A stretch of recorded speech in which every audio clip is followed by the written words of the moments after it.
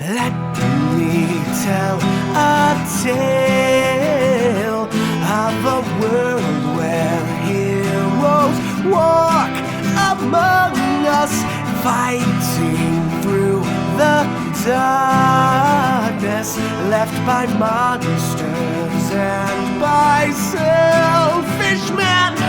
A tale of glory rent asunder, sacrifice and battles lost. Our heroes know not what awaits them, and still they carry on.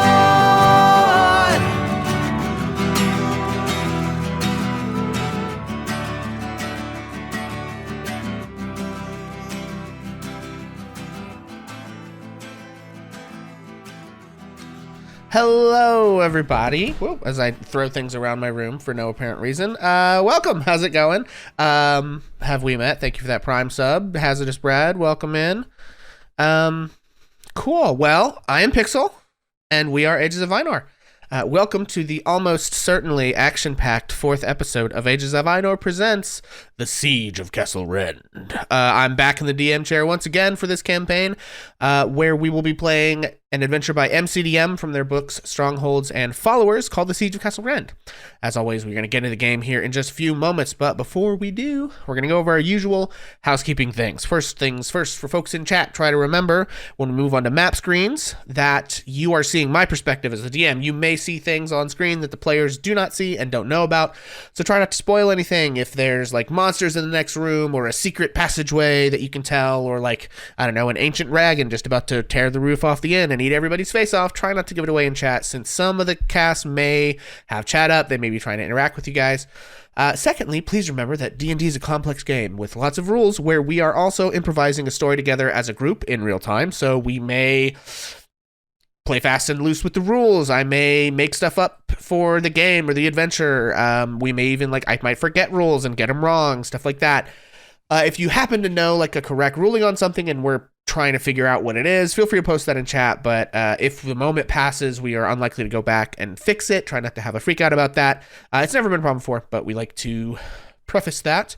Thirdly, we want to keep this space as open and welcoming a place as we can, to the extent that that is possible on the internet. So please do keep that internet toxicity to a minimum. Keep your seatbelt buckled, and know that we won't be putting up with anyone being abusive or hateful in chat to other viewers, to the players on stream, regarding like character choices, knowledge of the game, knowledge of the rules, any other things about themselves or their identities, any of that shit. Zero tolerance. If you come here with that nonsense, don't. Never been a problem before, like I said, but we just want to be upfront with what kind of space we are trying to create here on said internet. And a final reminder, we do release the show on YouTube after each episode during the following week, so if you miss an episode or have to miss part of it, don't fret. The VODs stay up on Twitch, but if you don't catch it in the window, it goes up on YouTube, so you can always stay caught up if you want to watch live the following week, or if just watching us on YouTube is the best way for you to do it. And then last thing before we get started, I would like everyone to go around and please introduce yourself and remind us of your character before we jump in. Starting off, I am Pixel. You can find me here on Ages of Ainor. I am the GM for our current two shows, which are Siege of Castle Rend, which is this one here. Now, if you're here, you know about it. And then next Friday and every other Friday after that, we alternate the two shows between the new one we just started last week, which was Curse of Strahd, which was a huge success to that first episode. We're super excited. My buddy Vincent Page is kindly taking a night off of his stream to play some D&D with us, and that has been an absolute blast. You can also see Trish, who we will talk about here in just a second, also on that stream as well. You may also find me on Facebook at facebook.com/hammerpixel, where I do, variety of video game streaming. I've currently been absolutely raging on Elden Ring for almost the entire time since it came out, and have been having a blast with that, where we play the game, we talk about games from the perspective of like literary criticism, among the other nonsense and BS that I get up to. And that's enough out of me. Trish, what about you? What's your deal? Tell me about Trish today. This is actually my final hello to you as Trish. I am Trish because due to the fact that I'm one of the oldest online D&D players on the planet, and I am Pixel's mom, and I have adopted almost everybody in the game as I am mom to them. And I said last week I was adopting everyone in the chat. So the unique and inimitable Ham Panwich has named me bonus mom. And so, hey guys, I'm your bonus mom. Excellent. 10 out of 10. Wood mom again. Also, we do have some new emotes coming. I don't believe they're approved as of today, but we have a bonus mom emote and a Nat 1 emote that are coming. Very excited with that. More on the way. Furthermore, Jacob, what's up? Who are you? Who do you play? Everyone. Oh, also, I'm sorry.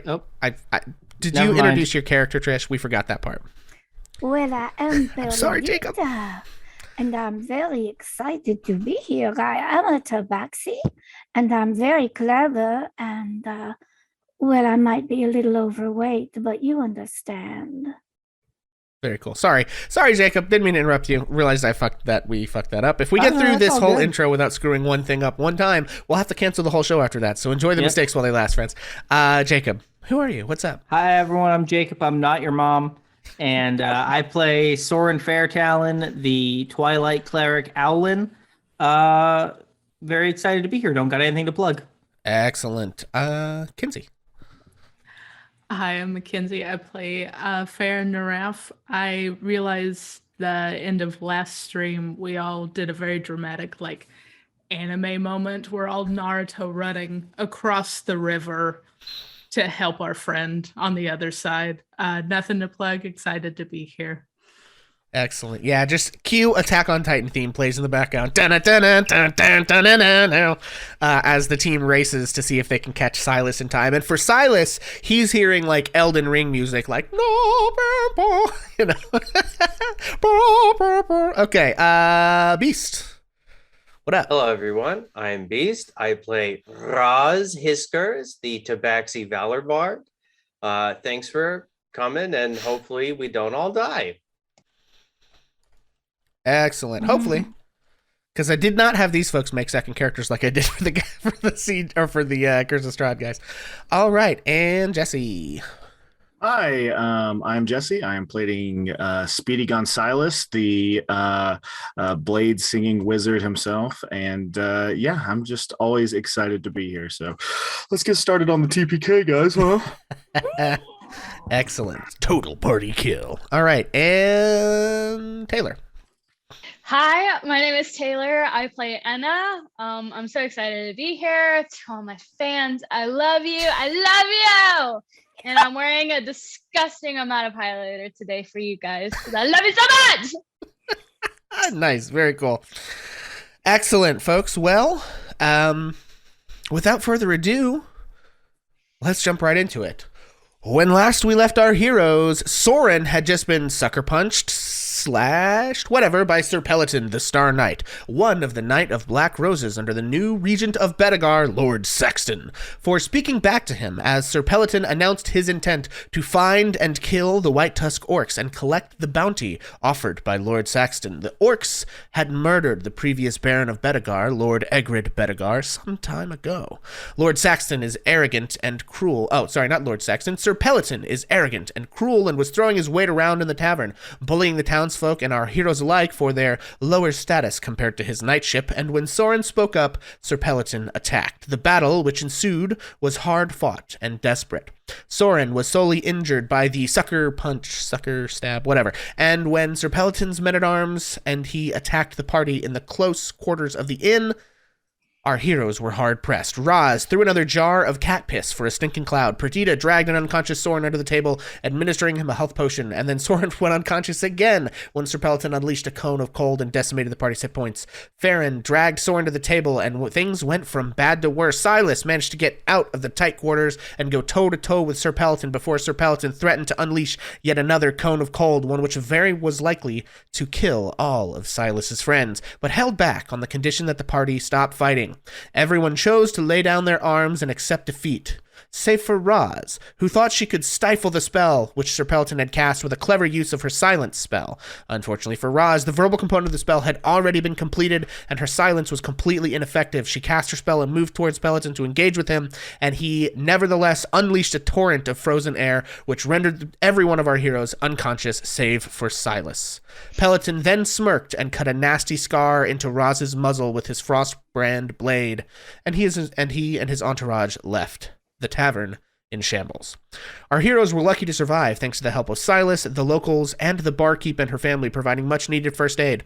As our heroes recovered in their rooms and the locals endeavored to put the bar back to rights, Silas learned that the Knights of the Black Rose and Lord Saxton's Silas learned that the Knights of the Black Rose are Lord Saxton's new henchmen. They are cruel and violent and powerful, and they mistreat the people of the barony of Bedegar, who have learned to keep their heads down and not make trouble in response. He learned that Sir Peloton often prefers to beat down and humiliate his opponents and scar them, to mark them as having been defeated by him, rather than outright kill them in order to grow his infamy in the barony. Giselle begged the heroes not to stand up to Sir Peloton, and if they did, to bloody well do it elsewhere, because even if Peloton were to fall, the other Knights of the Black Rose would take their revenge on the people of Gravesford simply for the act taking place in their town. Our heroes awakened one by one as those with healing magic were able to heal each other, and upon awakening, Perdita had harsh words for Roz for being so foolhardy as to risk all of their lives. And Anna was I can talk. Anna was rendered nearly catatonic by what had happened to her. Silas bristled for an end to the indignity that they and the people of Bedegar faced at the hand of Sir Peloton. Soren, Farron, and several others did their best to repair the damage to the reluctant pig. After they had a while to recuperate, Perdita revealed that she had been in the household of the former Baron of Bedegar, and that she had seen the Baron's family murdered, though she did not witness the killing, only its aftermath. The heroes resolved to investigate more and plan in the morning to see what could be done. Unfortunately for them, the best laid plans of rat catchers and men, as the saying goes.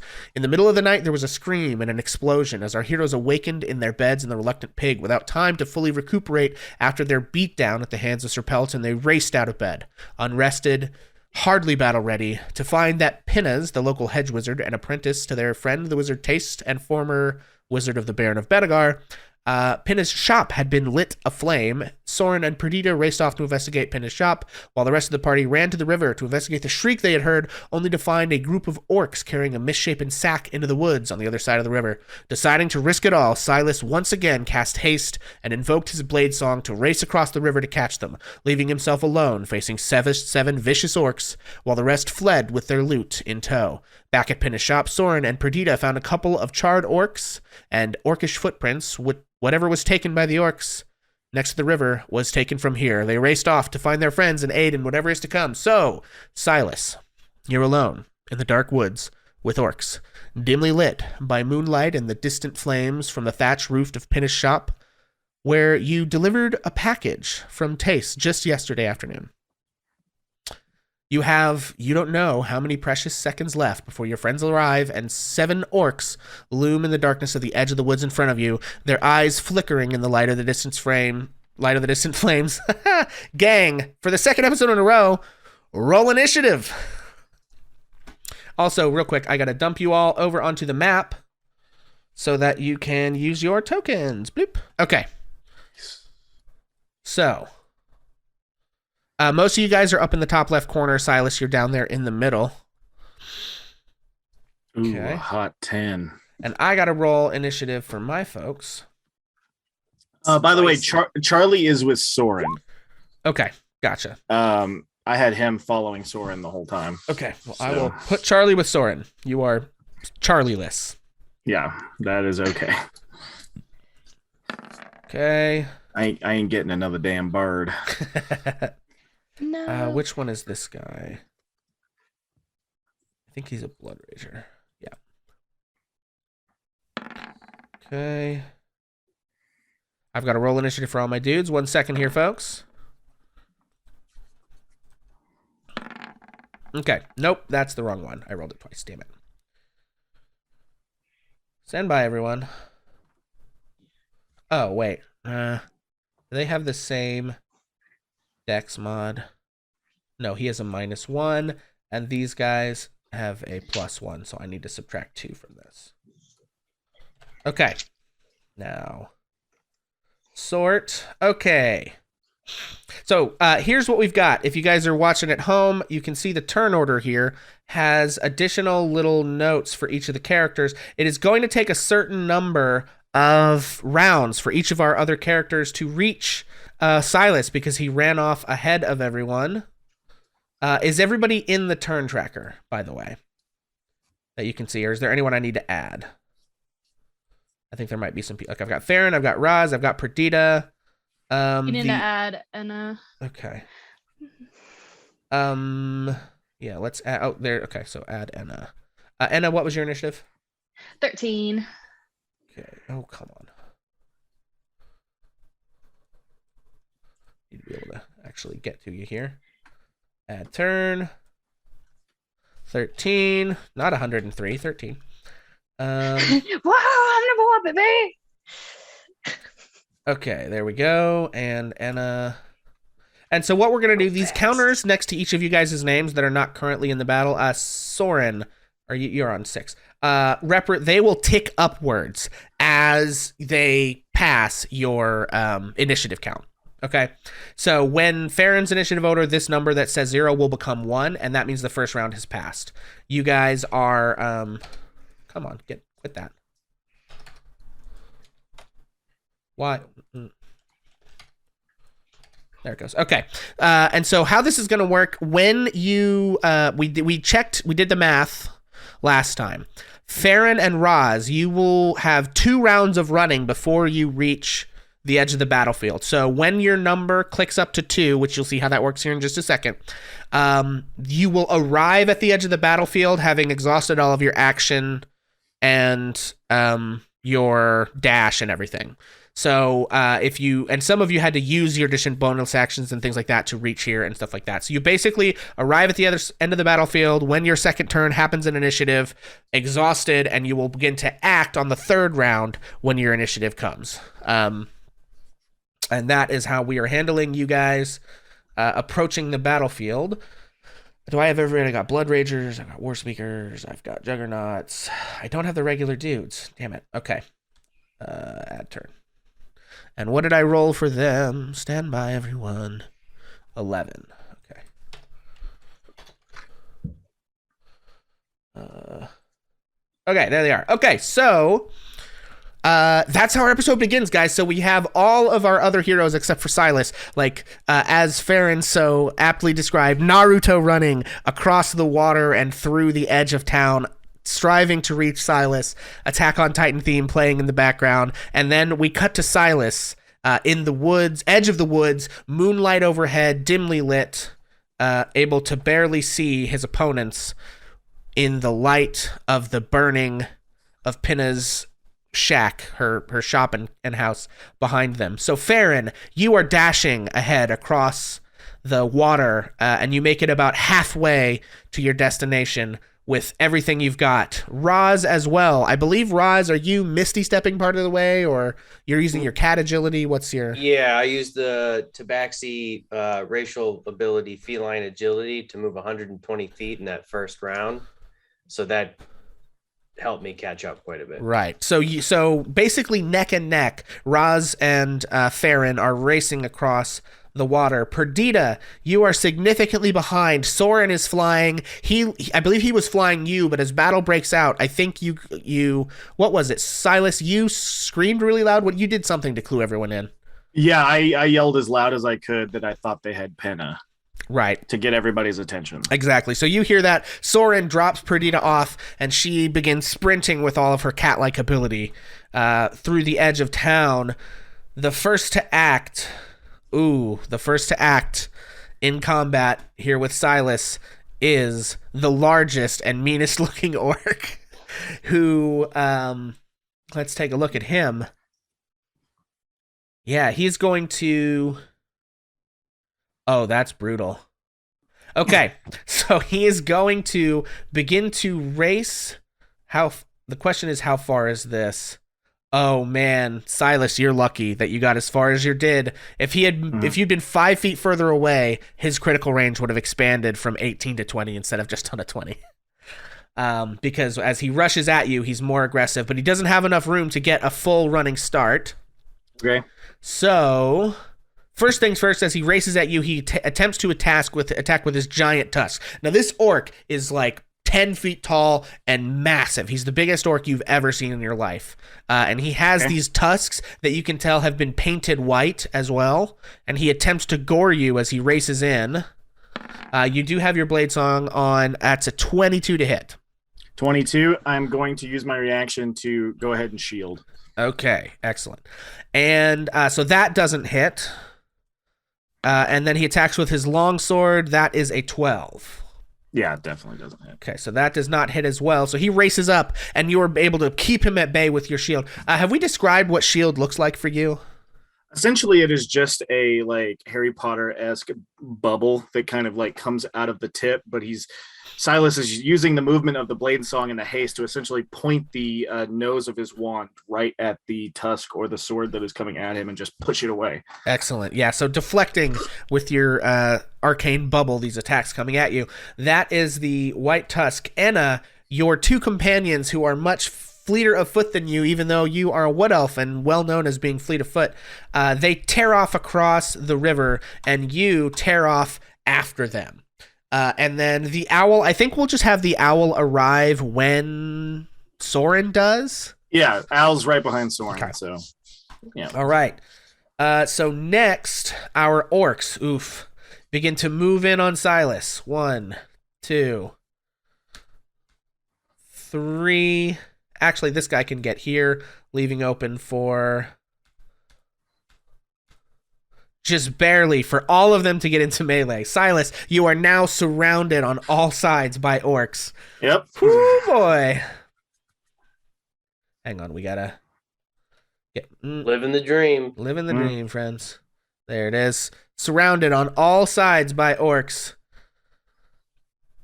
Do they? Oh, they all have.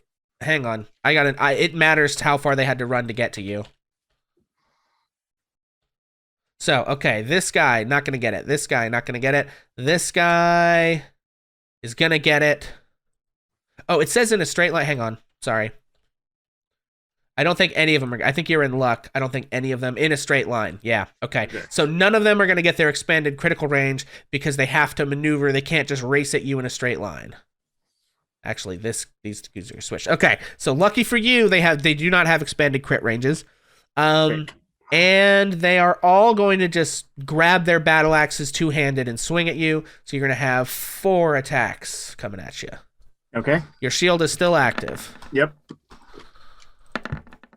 Okay, let's see. I've got a 7 and 18. I've got... Where are you? I've got an 11, a 7, an 18, and an 11. Whew, still, with that AC from shield, they are just blocking everything, blurring. You're moving so fast, Silas. Yep. Next. What can he do? I have a dex of +3. Is he beating me? No. So you would go Okay, before so is him. it me first? Okay, Yes. great. All right. So, first action. I am going to actually Wait, hang on 1 second. go for it. Nope, you're fine. Okay, continue. Okay, I am going. Silas is going to use the end of the wand and push it into himself and cast Mirror Image, and 3 more Silases appear. Okay. And is mirror image concentration? It is not. Okay. Yeah. And I look at the big guy and just say, "It looks like you're outnumbered." And then I'm going to take my second action with my sword and spin, and I'm actually just going to hit this guy here. Well, you can't see this guy here with the rapier. Okay. Yeah, go for it. So let's hope this dude does something. 25 to hit. 25 hits for sure. I'm pretty sure. I can't imagine. Yeah, 25 hits. Yeah. So 9 piercing damage as he just stabs Okay. straight under. And then I technically have a bonus action, but I already cast a spell, and I don't think I have anything else. Can't you make an extra attack with your haste though, if you so choose? Action was the mirror image. Hasted action was the staff. Yeah, gotcha. Yeah. Cool. So all I have left is movement, and I'm actually going to stay where I am. So okay, 4 Silases appeared. All right, and they're all standing in my spot, kind of moving in tandem. Okay.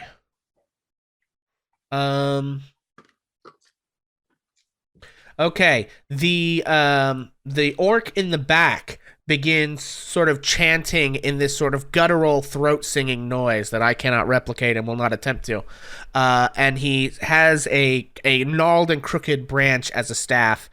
As he begins to walk closer to you, I think this will do. Staying well behind his friend, you see these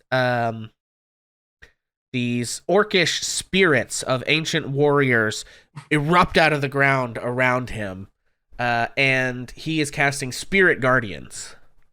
And I believe it will be when he designates all of his friends to not be affected when you enter the area for the first time or start your turn there. I think enters the area for the first time means you have to willingly enter it. So on your turn, you'll need to make a wisdom saving throw versus Spirit Guardians.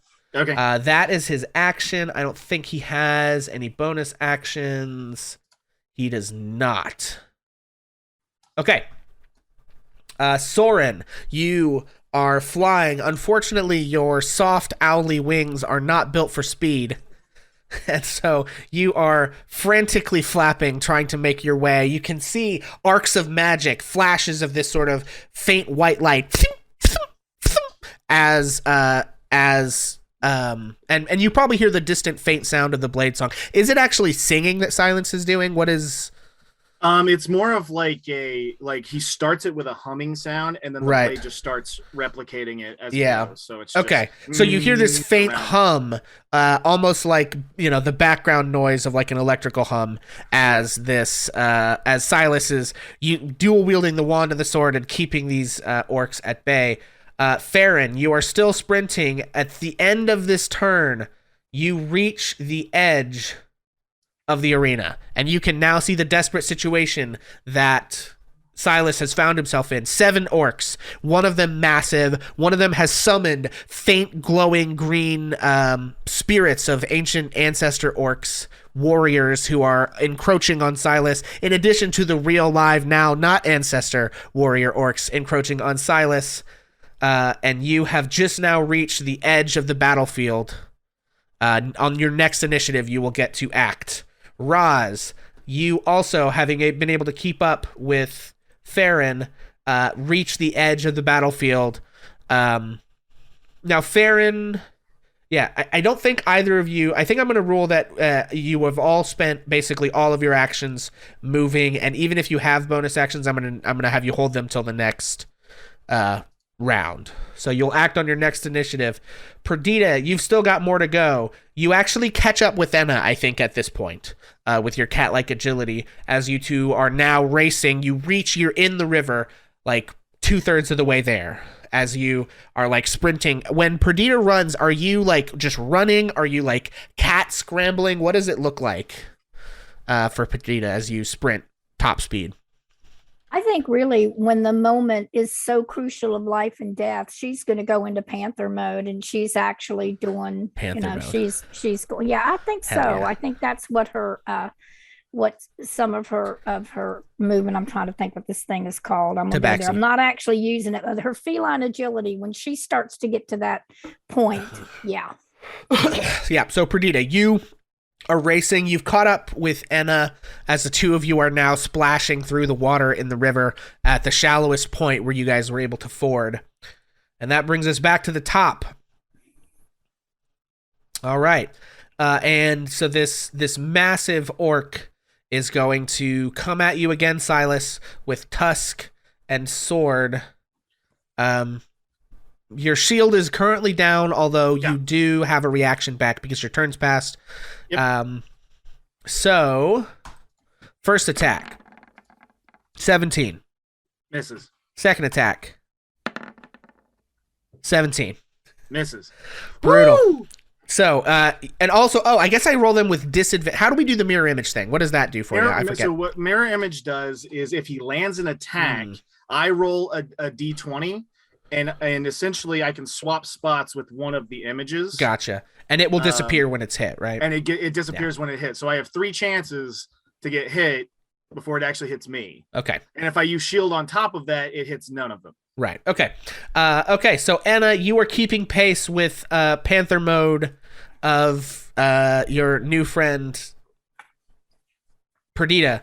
Your lithe wood elven feet sprinting through the shallow water.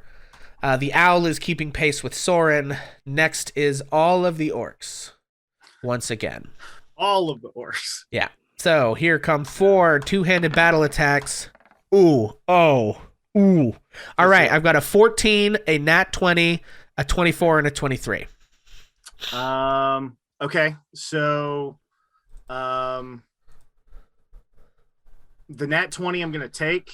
Okay. So here's a d20. All right. Shit, it hits me. Okay. Here comes the damage on the nat 20. Oh. Holy shit. All right. What 27 points of damage. Okay. Yep, that fucking hurt. Oh my. So, Soren, and I think this is the one behind you. You are deftly dodging, and your mirror images are dodging as you are weaving in and out and casting shield and blocking, and then from behind, just slamming into your back. I think because of the way you're dodging, the blade doesn't fully hit you, but it like hits you at slightly at an angle, so that like the blade cuts, but it's not a direct hit, but the power of this orcish slam into your back knocks the wind out of you quite badly. Okay, the other 2 I'm going to shield. Okay. So the other 2 do miss. What is your total AC? I guess your total AC is 24, right? With 26 with shield. 26, but the nat 20 still hits either way. And it was a double nat 20. This one orc saw through the bullshit and said, "Today for the ancestors we fight." Yeah. That fucking sucked. Oof. Okay. Silas, that's you.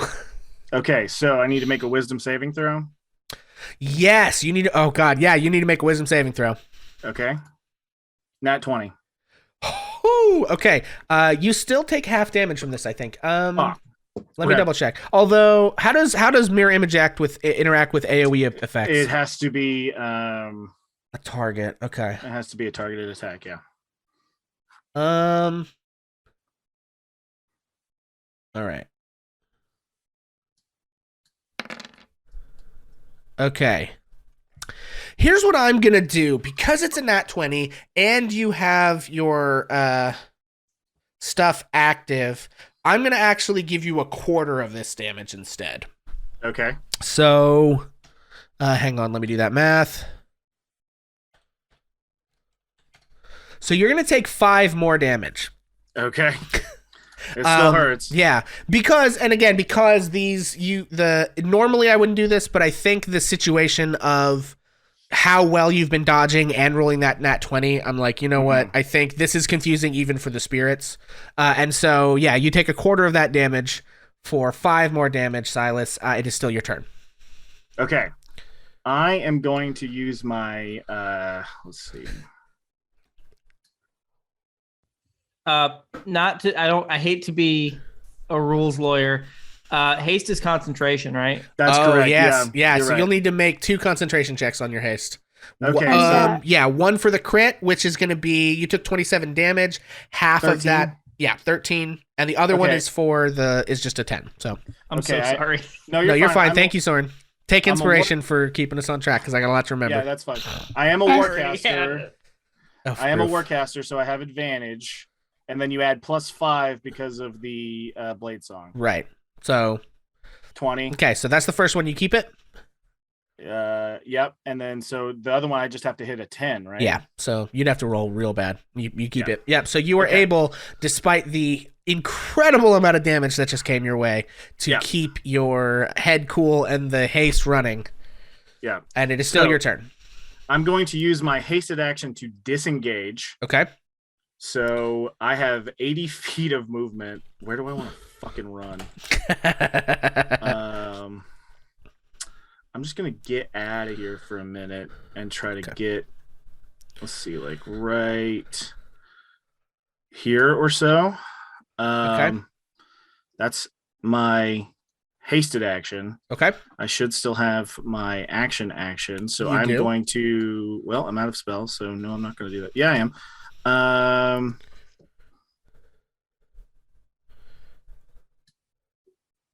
Yeah, I'm going to cast False Life on myself Okay. at second level. Okay. So I get 1d4 plus 4 plus 5. So 1d4 plus 9. Okay. Monsieur le DM, did you say that I did a thing in chat? No, I'm sure I missed it. It was for Mr. Silas. Okay. Okay. Cool. Yeah. So let's talk about that right quick.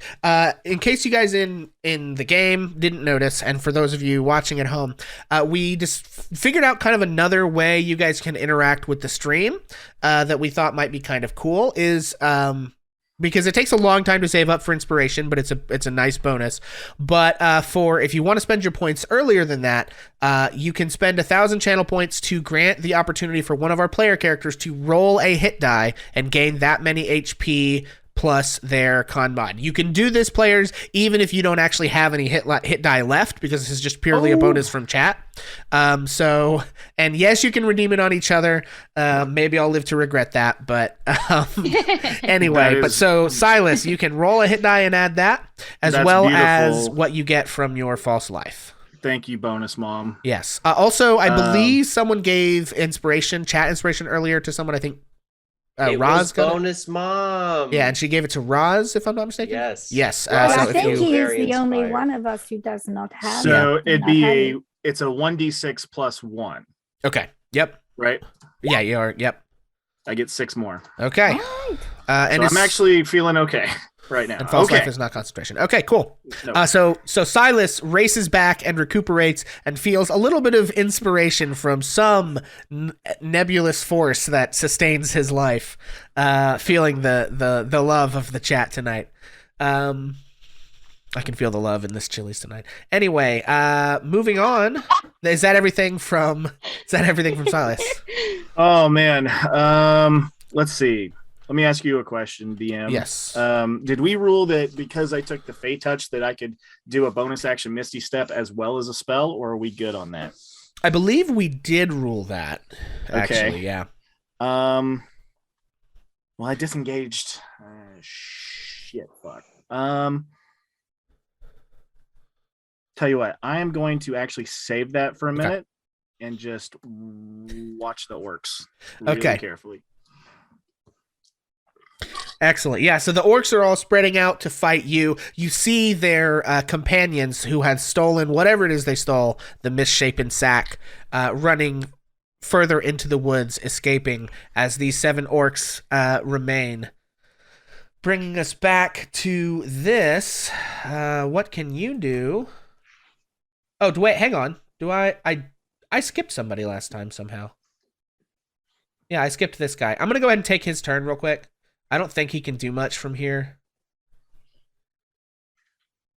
Yeah, he can't. Oh, well. Ooh, okay. I'm just gonna roll that he whatever. He was slow on the draw. He meets up with his friends and we'll deal with him again. Okay, so this guy is back. What can he do? Is there a range for his spirit guardians that we should see? It is 15 feet. I can try to make that visible. Yes. Well, Okay. it's Sorry about okay. that. There it is. Okay. Hopefully that should work. Okay. And he is going to. God, I'm so sorry. Hang on. Stand by.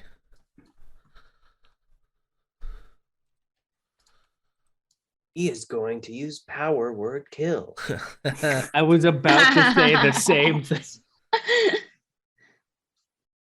What he's actually going to do, I think this is in range. Sorry, mass power word kill. That'd be like a 10th level spell. Those don't exist anymore. Okay, so he continues his chanting and summons a glowing green spiritual weapon right next to you, Silas. And that's going to make an attack roll with his bonus action. Oof, that's a nat 1. So that misses. And then he is going to... He's got 30 feet of movement. Ooh, he can. Okay, so the thing about these orcs is that they have an ability called aggressive as a bonus action. Yeah. Oh, no, he used his bonus action. He can't use that. Great. So he gets as close to you as he can. His aura of orc warriors barely out of reach for Silas. Soren, you are still flapping away. Saint Rune the Temperate guide you. You are still flapping away, my man. Finally, the White Tusk Blood Rager. You see it enters a cold fury and races towards you. He doesn't enter cold fury because he has to. No. Yeah. Let's see. What all does he have? He just has that. Yeah. So he doesn't enter a cold fury because he has to use his aggressive ability to take a bonus action to dash to get the extra 5 feet. But he does make 3 falchion attacks against you. So you see this one that had been just sort of eyeing you carefully. Sprint out from his comrades at an unbelievable speed and make 3 attacks.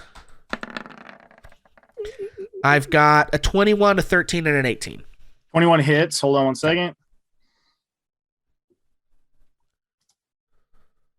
Fuck. Roll. No, can I use my inspiration to re-roll that 20? I'm going to say yes.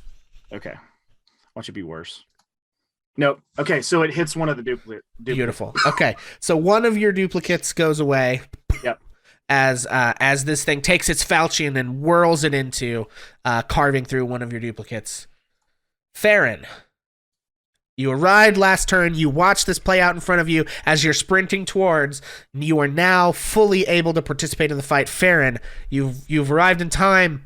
Silas is still alive, but things are dire. What do you do? I am gonna move. Seeing this guy just run up on Silas, I'm gonna move over right next to him. Okay. If I'm right next to him, am I just in the bubble or just out of the aura? I'm gonna say that any square where any part of the bubble is considered in the bubble. So you are not in the bubble if you're here, but you are in the bubble if you're here. You can hit him from right there too. Yeah. So you can still move here and diagonally hit this guy, but if you move into this square, you will be in the bubble. Yeah, because the corner's touching, so you can. Okay. Then I'm gonna move. Yeah. Not here. Yes. Not into the aura itself, and then I'm gonna do Fury of Blows. Okay. I'm gonna hit, and is that hit and then Fury of Blows is extra on top of that? Yes. So with Flurry of Blows lets you hit 2 more times. Right. So with your main attack, you can make 2 attacks.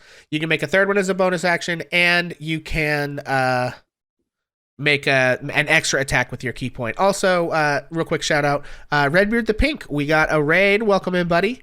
Thank you for the raid, my guy. Also, you can check out my brother here on Twitch. His name is Redbeard the Pink, and I think he just got streaming some Minecraft. So I'm not sure that I'll always be able to shout out every single raid we get because it is hard to do in the middle of game, but we do want to shout that out. Thank you, bro. And I hope you had a good stream. Okay, sorry, Farron, continue. Yeah, so I'm going to do my regular 2 attacks, and then I'm going to add Fury of Blows on top of that. Okay, so this is a total of 4 attacks coming at this orc. Okay. Whew, got a crit in there. Nice. Okay, let's take a look at this guy's AC. He is 16. So 3 of your 4 attacks hit. And 1 of yours is a crit. Oh God, I didn't do the right crit. We're doing the special crit rules in this, aren't we? Yeah, the 1 die is maxed, and then you roll. Yikes! Hang on. I'm not gonna go back and fix what I think I messed up with the battle axe versus.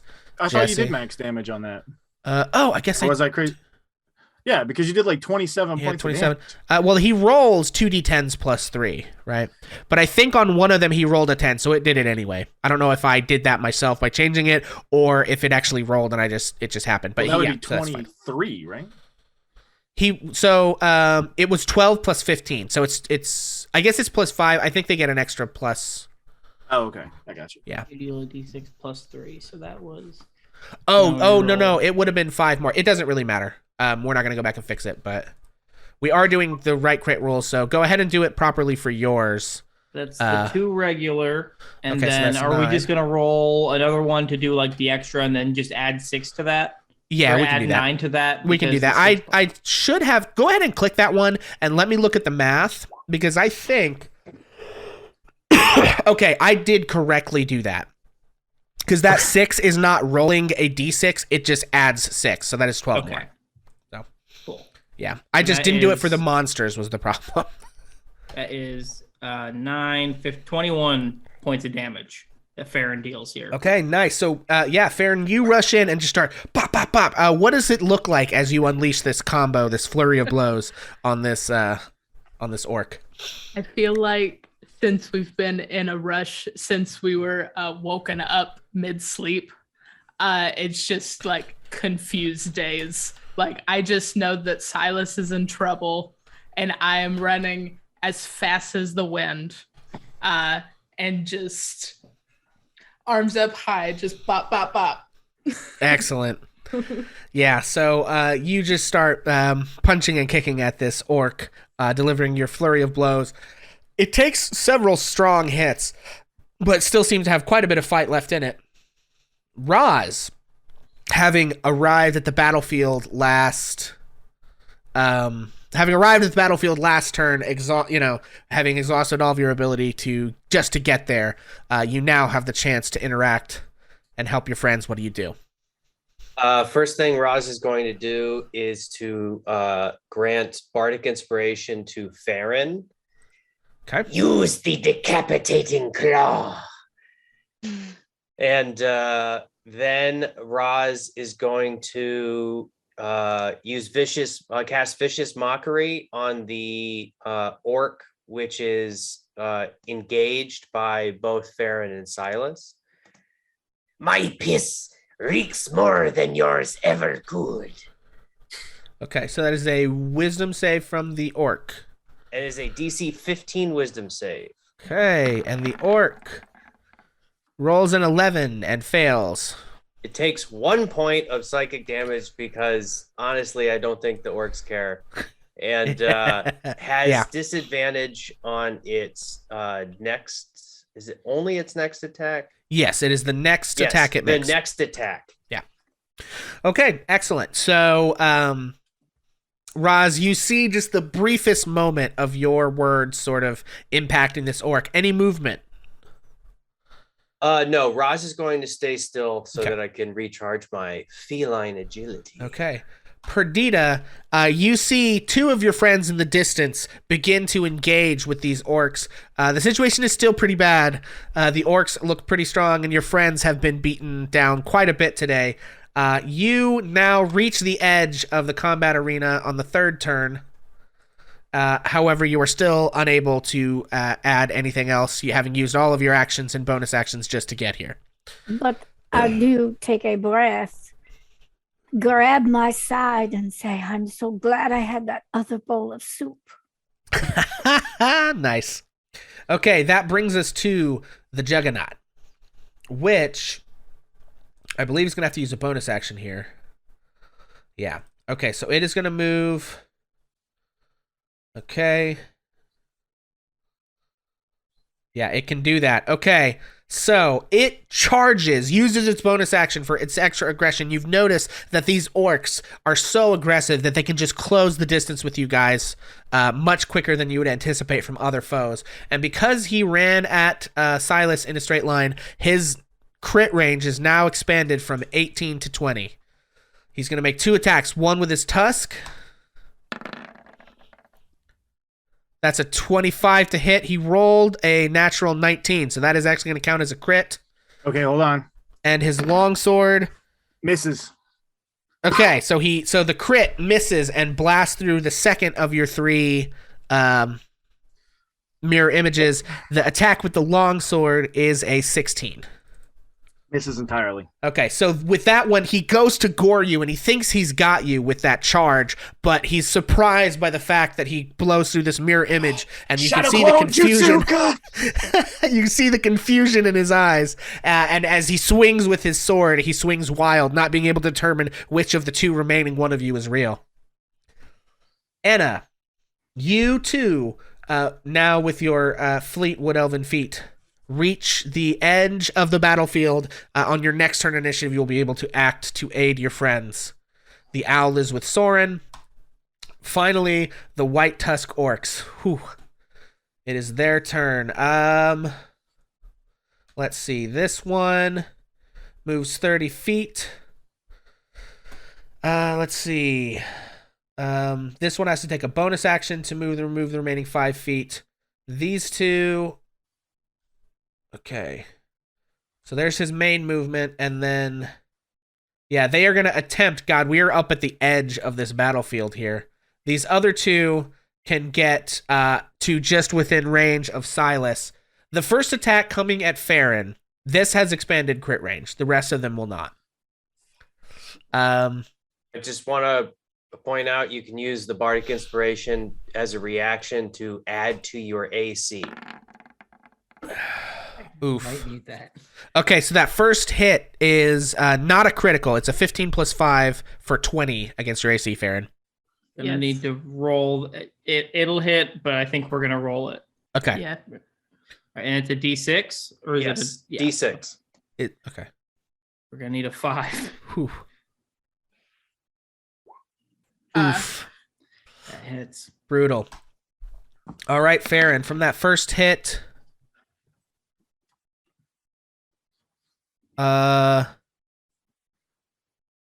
What? Hang on. Why did that roll the way that it did? I think it was adding the crit.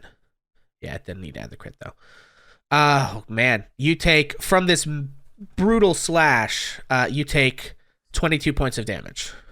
He rolled almost max damage without the crit. God damn. Yeah, these guys hit hard. I'm down. All right. This other one is going to throw his javelin. So 2 more attacks coming at Silas. You being down, the other one's going to throw his javelin instead of, because he doesn't have any movement left to get into melee with Silas. So 2 battle axes coming at you, Silas. Neither of these have expanded crit range. One of them crit anyway. God, guys. Brutal. Okay. I'm so sorry. And the other one is an 8. And then a javelin coming at you for 12. So the other 2 miss, but one of them is a crit. So go ahead and roll your 20 on your last friend. Fuck. Okay, Oof. it hits. Okay, so you take 30 points of damage. Yeah, I'm down. Okay. So Silas is down, the blade song and the haste fade. 2 of your friends are unconscious. Silas, I need a death save. Fuck. What's a oh, it's right there. 19. 19. Nice. So that's 1 success for Silas. I need to take off these things real quick. Bloop, bloop. Okay.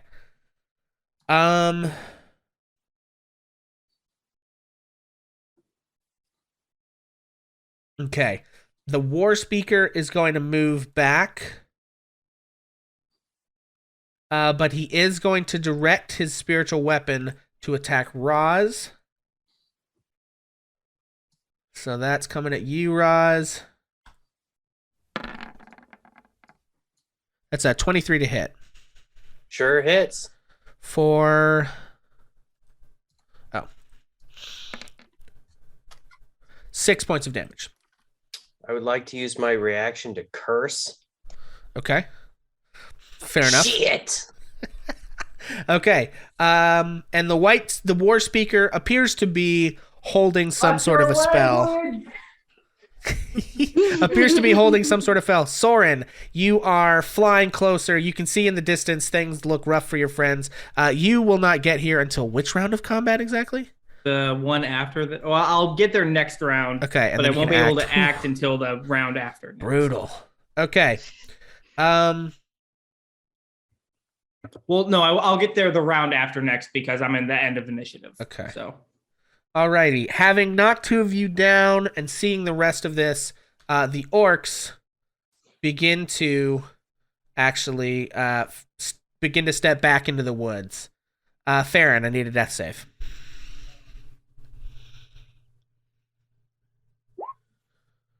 Oof, that's 1 failure for Farron. All right, Roz, you're up. Your friends are surrounded. They're unconscious, but some of the orcs appear to be pulling back. What do you do? Can Roz tell which of the orcs are leaving and which have decided to stay and screw with us? Make a perception check to start with. Would that be perception or insight? I'm going to call perception first, Sure. and that's going to have an impact on your 19. 19. Okay. So with the 19, you can see in the distance the thing that Silas saw, even though it is several rounds further away now, which is a larger group of orcs carrying something in a large sack into the forest. So now make an insight check with advantage. That's a nat 20. That's a nat 20. All of these orcs are going to join their friends. They think they've, like, you can tell in the, you can see, okay, they have knocked out 2 of our friends. They probably think that they can handle the rest of us if they need to, but they don't want to die if they don't have to. So you can sort of see among all the rest of them, they're wary if you guys are going to come at them, but they are going to retreat and guard the retreat of their friends, and they're not going to foolishly throw away their lives. Roz holds up her scimitar and her shield and slowly bends down and places her hands on the ground. Okay. Anything else? Yeah, Roz hisses. Okay.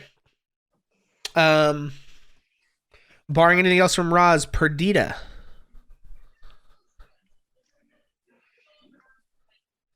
Perdita sees what Roz has done, and she is overwhelmed in the moment and exhausted and bleeding heavily, and a tear actually appears in the corner of her eye. And she hollers in orc to the orcs, "Go away, leave us alone. We will not harm you." But she moves forward, and in her cat-like stance, she's actually going to attempt to spread as much of her body by going down on all 4s again over her compatriots. And so if you will let me do it, DM, she's going to try to just lay across them with her body. Okay. Sure. Yeah. That seems fine to me. And the orcs don't seem to, they seem maybe surprised to hear you speaking to them in orc. No, and I guess the one in the back here with the staff, says,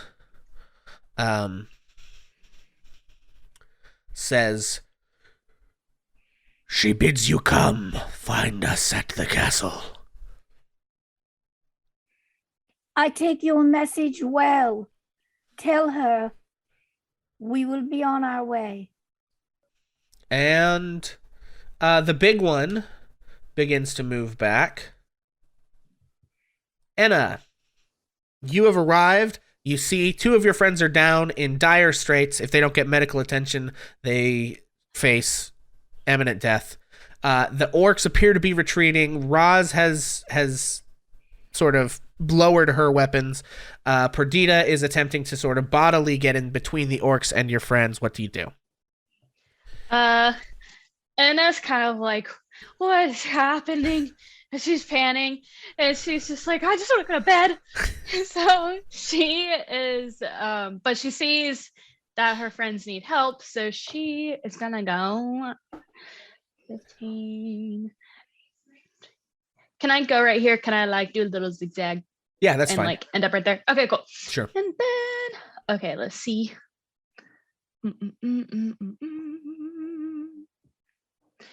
She is going to do.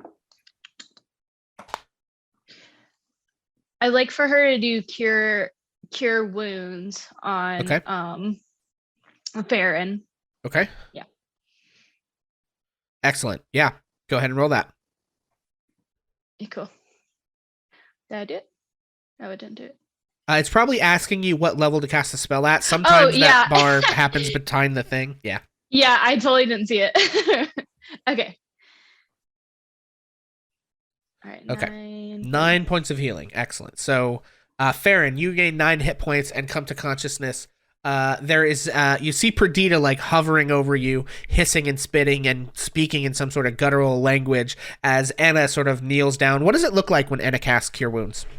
She gets on her knees and then she puts her hands together and just lays them on Farron, and she just says a little prayer to herself, and then her hands glow. Yeah. And then she looks at the other guy and she's like, "Do you mind? Can you just like go?" And it's the orc sort of cocks its head at you, not seeming to understand. Okay, and the owl is with Soren. The orcs, seeing no one attacking them, they sort of retreat backward. They're still sort of covering their retreat, and now they've sort of reached a bit of a formation. And Silas, that's another death saving throw. 15. 2 successes for Silas. Okay, and with this, I think what's going to happen, if no one is going to do anything else, the orcs are going to retreat into the woods. And Soren, you arrive this turn, seeing 2 of your friends on the ground. You can tell, you sort of see the light as you fly across and land right next to the river. You might not land, I don't know, but you see you see Enna sort of administering healing magic to Farron just as you arrive. And Farron, you wake up. It is your turn. What do you do? We're going to sort of stay in initiative till we resolve Silas here, and then we'll sort of exit initiative. I guess I wake up. I see Perdita like sprawled on top of me, and just a gentle hand like, "Thank you, friend." And I guess stand up and assess what's happening. Do I see that everybody's left and it's just us and we're no longer like... Yeah, I mean, I think we'll start with this. Make a perception check.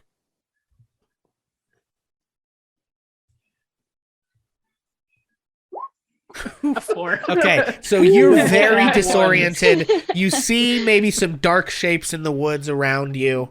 And I don't think you have dark vision, do you? No. So there's dim light here you're in the sort of edge of the trees. The dim light of the moon and the fire are making just enough to make out shapes, but and they seem to be moving away from you probably, but you're extremely disoriented.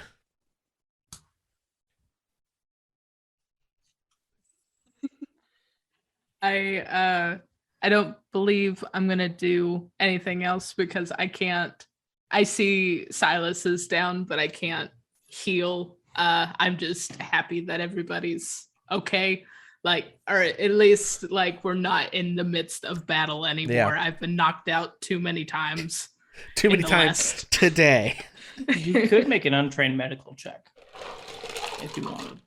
It's okay. Roz will take care of it next turn. Don't take any risks. Don't take unnecessary journeys. Okay. So anything else from Farron? No. All right, Roz, you're up. Roz looks. Sorry, is Soren still making saving throws? Silas is Excuse still me. making saving throws. Yeah. No. The spiritual weapon's gone. So Roz is going to look at Silas. Get up, you fool! It is time to leave. And cast Healing Word. Okay. You regain 5 hit points, Silas. He's just like scrambling for his sword and his wand. He's like, "Where'd they go?" They retreated into the woods. Did we get him? Sadly, no. But it would be foolish to continue our pursuit. Silas just kind of sits on his ass and just like reeling a little bit. Yeah, so we're going to take you guys out of initiative. The orcs have fled to cover the retreat of their companions. You guys were unfortunately bested. Your two friends went down, and it seems you are currently outmatched in this particular endeavor. And we're just going to sort of move into RP. What do you guys do now? Okay. Oh, It did I seems miss it? that we have won the surrender. Oh, wait.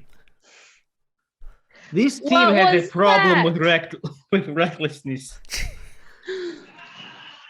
We need to work on that. We should return to the town. I will tell you that there is a she that is the leader of the orcs. And she tells us to come to the castle. I think we must return to the town and we must form a plan. But we need to rest first. I had a question. One of you may have found something in the dirt last game. Did that happen? Someone made like an intelligence check and found like an object, perhaps. Does anyone have Was that that in their Silas? inventory? No. Okay, I don't think so. fair enough. Was it like in the rubble of the building or something? I think it might have been either Perdita That- or So That would have been Perdita or Yeah, Soren. Perditas or Soren. And Watch Um, last episode to find out now. In my notes, I only have 2 dead orcs and that I found orc tracks. Okay. Gotcha. yeah, I did a really good medicine check to find out That's right. that they were orcs, but then you asked me to roll a perception check and I got an 8. Okay, cool. Okay, yeah, so never mind then. I guess I'm just hallucinating things. Okay, so yeah, you guys, what do you do now? So your friends are safe. You've it's been proposed that you go back to the inn. What tell you what, everyone Yeah. make a perception check for me. Can I just cast dancing lights to shed some light around the area so I don't have disadvantage on everything? Sure. We can do I that. got double now. Whoa. Wow, that's twice now. Twice in a Oh, row man. that this computer has rolled Brutal. double nat ones. I got a Brutal. 2. A I big got fat the 15. two. Okay. 20. Okay. So stand by, everyone. Just one moment here. Last time on Legend of Korra. There it is. There is what? Da, da, da, da, da. Okay. Yeah, so with a 15, what you notice, Perdita, you can tell that the town behind you is beginning to sort of stir to life. You can see that people are rushing, probably trying to put out the fire at Pinna's and that kind of thing. And that's what you notice with the 15, is that the town is beginning to react. It's been several minutes. You guys were kind of the first responders, being adventurers, and so used to just like jumping out of bed, ready to go. The rest of the town took a little bit longer to get themselves prepared and respond, Well, but they was do appear that- to be responding now. Is that Roz's 20 on this perception also? Roz is 20. Oh, yeah, that's on this. Okay, yeah, Roz, thank you. With a 20, Roz, you actually see buried in the muddy riverbank next in some grass and mud, you find a crystal necklace. You can tell just by looking at it that it is an arcane focus. Am I with Roz? Or are we close together? I mean, yeah, you guys Yeah. are kind of all in the same Yeah, I think- joint right now. I think right? Roz holds it up, glittering in the light of the burning village. Yeah. Not the whole village, just Pinna's house, because hers is Just- separate a little bit. Actually, Burning let's go. building. Did Yeah, it look let's- like the one me and Pinna had a conversation about? Oh, for sure, it's Pinna's. Yeah. What I a just- curious bubbler. I Silas, can you identify this? yeah, it's Pinna used it. It kind of works like my my wand in that you can cast spells from it. But I was right. They definitely have her. Well, there Roz, is no question. Roz is gonna shake it a little bit. Cast magic. Cast magic now. Can I kind of cast dancing lights out of it? Just like make it. I think you could move your dancing lights to it, but I don't know that you'd have to be holding it to use it. Right. So- Well, I'm just trying to like make it look like it cast a spell. Yeah, sure. Make a sleight of hand check. Sure. It's not impressive. 7. but- Yeah. Roz, you can pretty well tell just with passive insight like that. Do not humor me, Silas. This, if it was Pinna's, confirms what you and I have both seen. That she was taken by the orcs. Perdita, you said that you were beckoned to join them in the forest.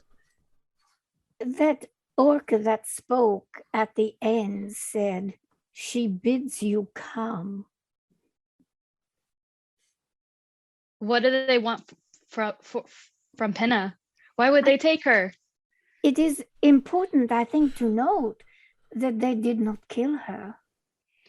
So I would she's useful. think that they must want Or they to are use her for hungry. some purpose. No. If they were, why would they send? Did you notice those powerful orcs that stayed? There was real power there. That was not a foraging party. If they were hungry, they would have eaten us too. Feel like if they Yes. were hungry, they wouldn't have taken a child.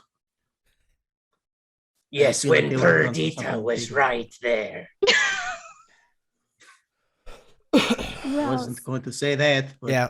Also, just We for must- reference, Pinna is about 19. So to Soren, she probably is a child, but just overall. Silas and Farron, you have suffered so much. Should we return to the inn and find out what is happening in the rest of the town? Or should we go back to Penna's house to see what is happening there? How do you feel? How covered in blood am I? Pretty. I mean, I you took- took a bunch of hits, yeah. Yeah, I'm just gonna he's just gonna prestidigitating as much of it as he can off of him, and just kind of like going back and forth between the party, and he's just like, yeah, anything we can save for tomorrow when I have a little more juice in the tank. I am absolutely spent. I think that is very wise. Farron, can I help you? I feel like also just like we're very spent. If we do much more, then we're not going to be prepared for if we are traveling to see what it is at the castle. Like we need as much as possible, especially if the orcs like plus many more are going to be there. Like if we need to have as much energy as possible. Perdita would attempt to put her arm around her friend Farron and help her walk toward the inn.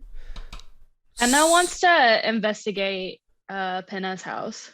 Okay. She's So curious. yeah, we Soren can do as that here well. in just a second. All right. So as you guys are beginning to sort of go your ways, speaking of covered in blood, with that 20 Roz, after you find the crystal necklace, about 30 or 40 feet away from where the combat that you guys just happened took place, you guys find a dead Gravesford guard, a woman in a chain shirt with a heavy shield and spear, lying in the reeds on the bank of the river. She's been cut down. She's wearing sort of a leather helm with a metal crosspiece that covers some of her face. Would Roz recognize this as a villager that they had met the day before? I don't think so. You don't recognize this woman. Such a shame. Is Roz the only one who spotted this? I think Roz points it out to everyone. Silas is gonna just kind of look over her and see if there's any identifying things, dog tags, a letter, anything. Yeah. So you pull the helmet off. She has green eyes and blonde hair, with that stare up into the stars, unmoving, glassy. Can Soren make a medicine check to see how long she's been? Like, is she like fresh dead? Like, she's fresh dead. The blood say, isn't like, even within dried. the last 60 seconds. Say like no, it would have been longer than that. It happened when you heard the shriek earlier. You remember the shriek and the explosion before you guys got out of bed. So it's been more than a minute since you raced all the way to Pinna's house and all the way here to get across town. That definitely took more than 60 seconds. She sacrificed her life to protect the village. An honorable death. I will remember her story. I will take her to the church for exhumation. Okay, so I guess I delete the party again, and we'll drag you because you all are going separate places. You guys love splitting the party. You really do. Okay, so Anna is going to investigate the on-fire house of Pinna. Soren is taking the body to the church. Yes, I think Roz is going to help. Roz is going to help Soren. Perdita, Farron, and Silas. What are you all up to? You may have told me, but I've forgotten. I think we were trying to get back to the inn. Is that right? Just to like take a nap. In the meantime, Silas just kind of puts a hand on Farron's shoulder and he says, "Thanks for that. I probably would have been dead if you hadn't showed up when you did." So, Not a problem at all. I am there when those are in need. and he he goes, "Let me. I feel bad." And he kind of like takes his wand and uses it almost like a cat brush roller to get and prestidigitate some of the mess and mud and blood off of your clothing. That way, it's nice and fresh. Well, and Perdita would be watching to see if Silas needed any help or an arm or whatever. She's just helping them get back to the inn. He's limping, but he's okay. He kind of feels bad. Okay. Silas, you were so brave to be in the situation you were in. I know something about the warriors, and well, you are a wizard, right? You are a wizard? Well, the plan was to see if I could grab her and run, but I got forlonged. Well, and running is amazing. You are amazing that way, but you are quite a warrior too. You are amazing. Yeah, I'm pretty good until I get hit, and then it's all downhill from there. You have done so well. You're the only one that made it through the first battle, right? So we must get you some rest. And maybe there is still some of that soup floating around. We both could use some. Nice. Okay. So first thing, we will do Enna investigating Pinna's house. Yep. So, Enna, as you arrive to Pinna's house, you can see that several of the villagers are beginning to race to the river with buckets, and they're trying to kind of like put out the fire and those kinds of things. What do you do when you get there? Okay, so the house is still on fire. House is still on fire, yes. Okay. Can I cast create food and water to help them? Yes, let's look at create that. Water. Okay. Create food and water. Let's look at that because it gives you a specific amount. You can create 30 gallons of water. I believe this adventure actually specifies how much water it's going to take to put out Pinna's house. So give me a second. It's exactly 30 gallons. It very well could be. That's such a Coville thing to include. It really would be. 30 gallons is a lot. That's like what, a bathtub? Yeah. Yeah, it's exactly 30 gallons of water. No way! Okay, I'm going to call cool. it. Matt Colville looked at the Create Food and Water spell and said, "This is exactly how much water they need." I see you, Colville. I see you. Great. That's awesome. Incredible work. So you see them beginning to rush towards the river with buckets, and these are mostly just peasants and farmers who are trying to put out Pinna's house. And you sort of you stop them and fill their what does it look like as you stop them and begin to fill their buckets with water magically? I just say step back, and then you see water swirling in the buckets, and then Excellent. rises out of the buckets and just like like a wave over her house. Excellent. Yeah, so so you sort of draw this water out, and between you and them, you're able to throw the water over their house and begin to put it out. The house is pretty ruined at this point. It was more or less just like a thatched hut made out of wood and mud and hay, as most of the things in this village are. There's a very few like fully shingled roofs and things like that. But you're welcome to try to investigate the ruins or anything. Yeah, I want to investigate. She kind of wants to dig around in the rubble to see if she can find anything that's worth like preserving or anything that would tell her why they would take her. I don't know. She just wants to investigate. Sure. Make an investigation check. Cool. Get a nat 20 and get potions of healing, please. Yeah. Yeah, for real. Where is investigation? It's on the skills. It's alphabetical. Yeah, I got it. Okay, so you've got a 10. Can You do have inspiration if you'd like to use it. Yes, I want to use that. Okay.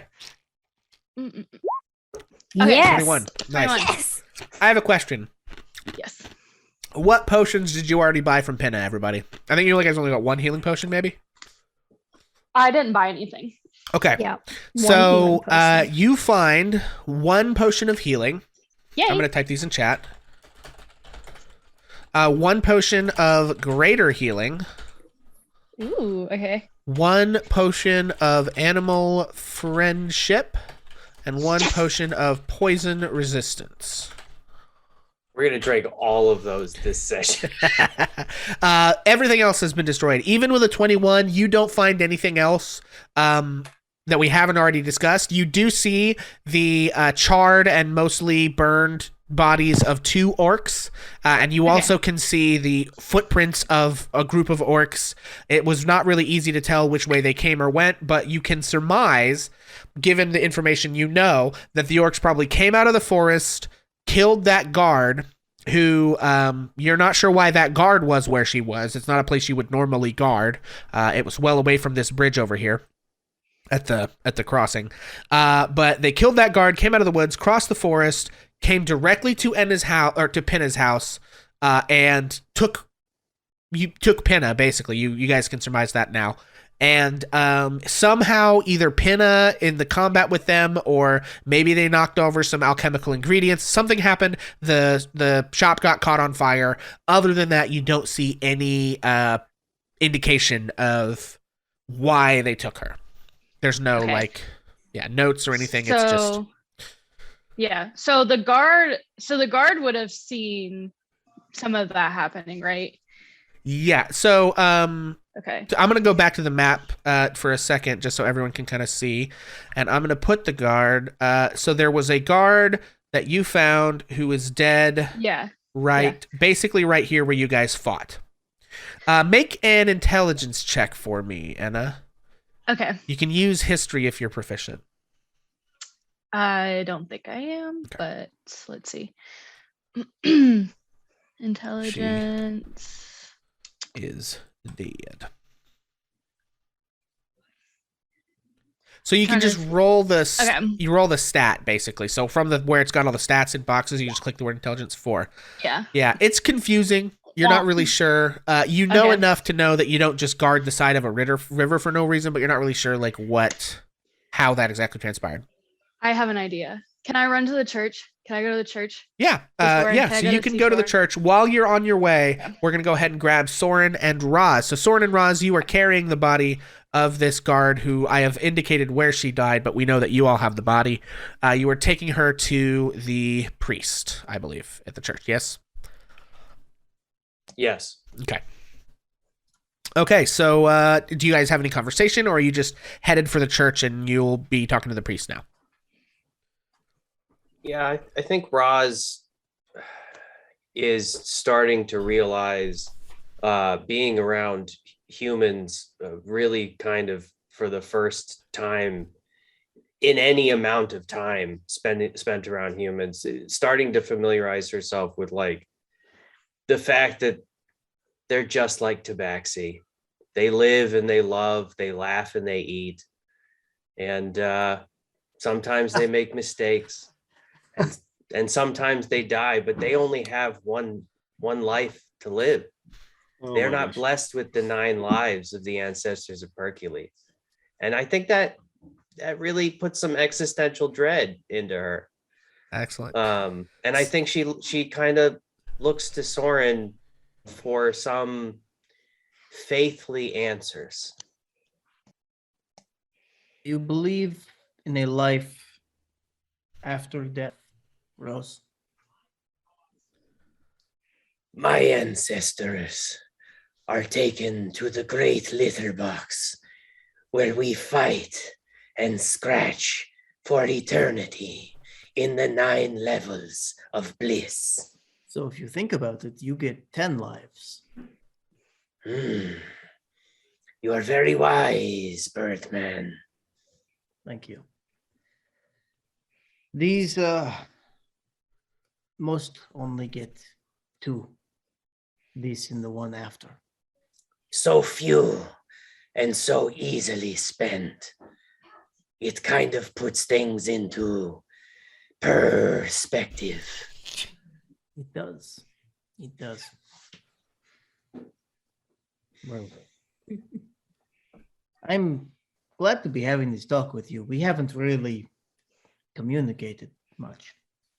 I must admit, I find myself difficult in relating to others. I have spent the majority of my life among my kin, the Tabaxi of the Hiskerers clan. Nothing wrong with expressing the traits of your own culture. Some may find it abrasive, but it is who you are. And I am quite glorious, if I do say so myself. Very. Absolutely. It is- Resplendent. It is sadly such a shame that I do not have others to share my name and to continue on the legacy of Hercules. I'm sure there will be sometime. There are plenty of cats in the litter box. Sadly, I believe I may be the last of the Hiskers. Then spread out. Diversify. There is perhaps one other whom I seek, but now is not the time. We have other things to pay attention to.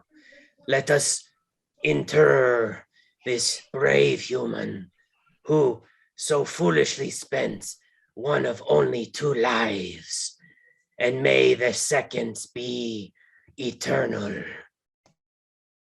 May it be so. And I think as they roll up to the chapel, Soren first Soren looks to see if there's any like lights through like the windows or anything like that, or if they're Yeah, in the so lodge. because it I is night. think you can see that there are some lights on in the church. Probably whatever's all going on has disturbed the priests or whoever it is that is here. So I think Soren opens up the door and brings the body in with Rose.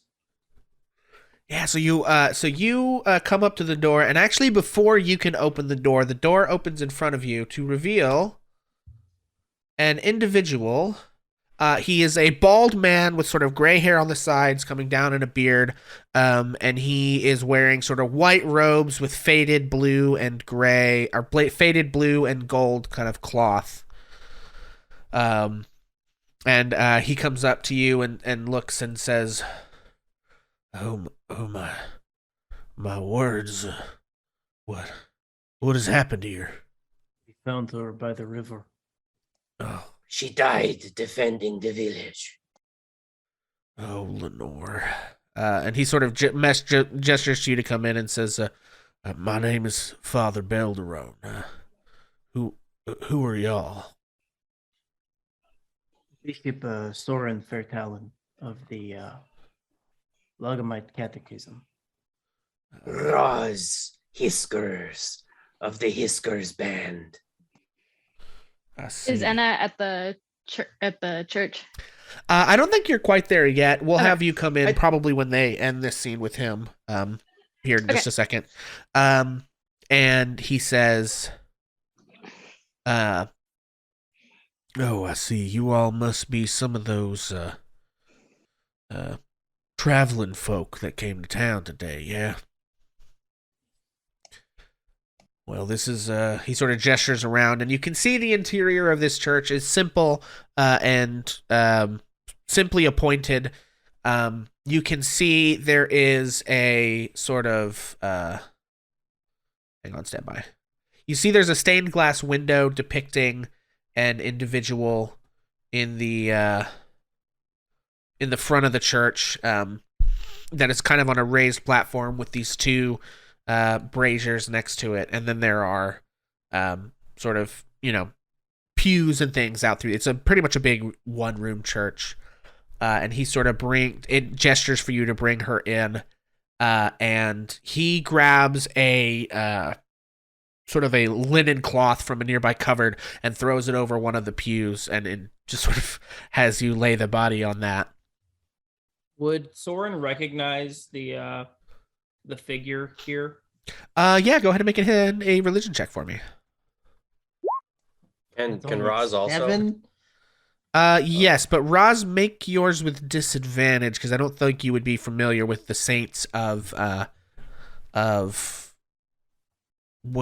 this place. Yeah, 3. Yeah, 7 and a 3. So yeah, neither one of them is particularly. They all look alike to me. My studies of the various saints was 30 years ago. Yeah, and so what you see in the stained glass window, though, in the candlelight, you see an individual in black armor holding up a sword that is glowing with sort of golden light. The individual has sort of flowing blonde hair, and they appear to be smiting down some sort of evil individual. You can tell just from the way they're arranged that the individual with the golden sword and black armor is the saint. You can tell. Typically, you would know, Soren, that like when the saints are depicted in these kinds of things, they have this like array of golden. It's not really a halo, but it's like this light shining from behind their head. And then the other one you can tell is depicted in sort of this way that's designed to invoke that they are, a craven evil person. And you see this saint smiting someone down, but you're not sure exactly who it is. Other than that, I believe he told you this is the Church of Saint Gaed the Confessor. So you know that that's the name of the saint, but you don't remember the story of this particular saint very well. So, and so he sort of has you guys lay the body down and says, okay, so you say she died defending the village. We heard the ruckus, but what happened out there? From the forest. I'm sorry, what? From the forest. Orcs from the forest. Oh. Forest is getting more dangerous every day. They spoke of castle, the castle. I assume Castle Rend. Yeah, that's where the forest got its name. It's an old ruin now, hardly even habitable. It was destroyed when Ajax the Invincible took the land some 50 years now. Life finds a way. He sort of looks down at the dead Lenore and says, I suppose.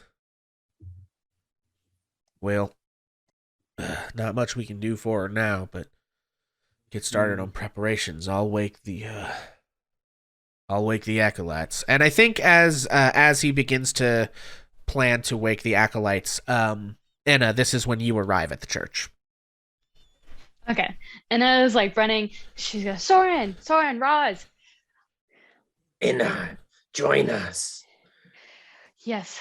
So I investigated Penna's house. I found a bunch of potions. Yay. Okay. But I think that the person who would have seen all this go down was this guard who has unfortunately passed. So I have the spell. I can speak to dead people. You have that ready? Yes. Oh, fantastic. So like maybe we could like talk to her and get some information.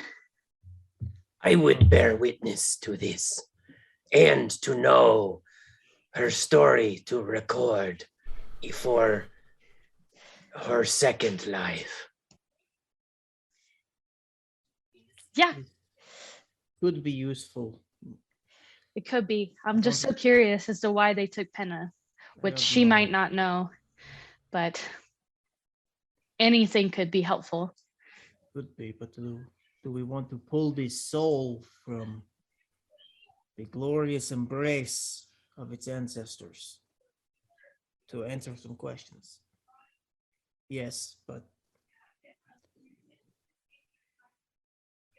maybe we should talk to the priest, father, about this. Okay. Just to make sure that I don't want to violate any like spiritual bounds that they may have. Father Belderon, you said? Yes. I'm sorry. I was setting the acolytes to work. What? And you see that he's sort of there are some younger folk who are kind of sleepily putting on like robes over their peasant garb. Clearly, this is not a place where there's like other than just this one guy. There's no like standing priesthood class or anything like that. It's just some of the young folk from the village who are set to serve the priest. And he comes over and says, "Yes. How may I help you?" You know this one. And he gestures to the dead guard. Yes, that's Lenore. She's, her and Ryan are two of the folk in the village who are set to guard the bridge. Ryan. Yes. I will look into this one. Was Lenore faithful? Oh, everyone in the village is faithful here. This is the center of the cultural life of the village for the most part. Okay. Would you object to us calling out to Lenore from beyond the grave? His eyes sort of narrow, and he says, I could tell you were a man of the cloth when you came in, but pardon my asking, you gave me a name. I'm sorry, I'm just an old country priest. I'm not too familiar with whom do you serve, and what saint grants you your blessings? I am from the Legomine Catechism, from the north, and I am a follower of Saint Rune the Temperate. Oh, I see. And will I. you... Oh, excuse me. This is Enna. She's also a cleric. I, Anna, follow Tayten, the Sunbringer. Oh, I see. Yes. Make both of you actually... Okay, so Soren, you did the heavy lifting on the talking. So actually, I'm not quite ready for call for check yet. He sort of looks at Soren and says, and will you be performing the ritual, or... Enna has it prepared already. I would have to come back tomorrow. Understood. So what I'm going to ask for, Soren, make a persuasion check, and this is going to give either advantage, disadvantage, or no change to Enna's persuasion check. Okay. For him to allow you all. Can Roz provide the help action? If you explain to me, like, what would you do or say that would constitute help action here? I think Roz would, as a way of attempting to help convince the priest that this is okay, that Roz would like to basically write, I think what he would understand to be a form of obituary for Lenore. And that asking her how she died would clarify that. Okay, so yeah, role play that out for me.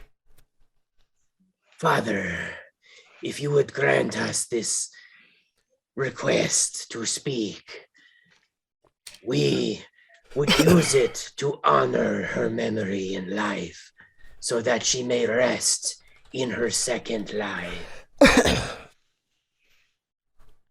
Okay. He says, "Are you? Did you told him your name, right?" Hiskers, Yeah. like I said before. Right. And he says, "Roz, are you familiar with this ritual in question?" I have never seen it being performed before, but I have been witness to many strange and wonderful, terrifying events, and I believe that this would bring peace to those who have passed.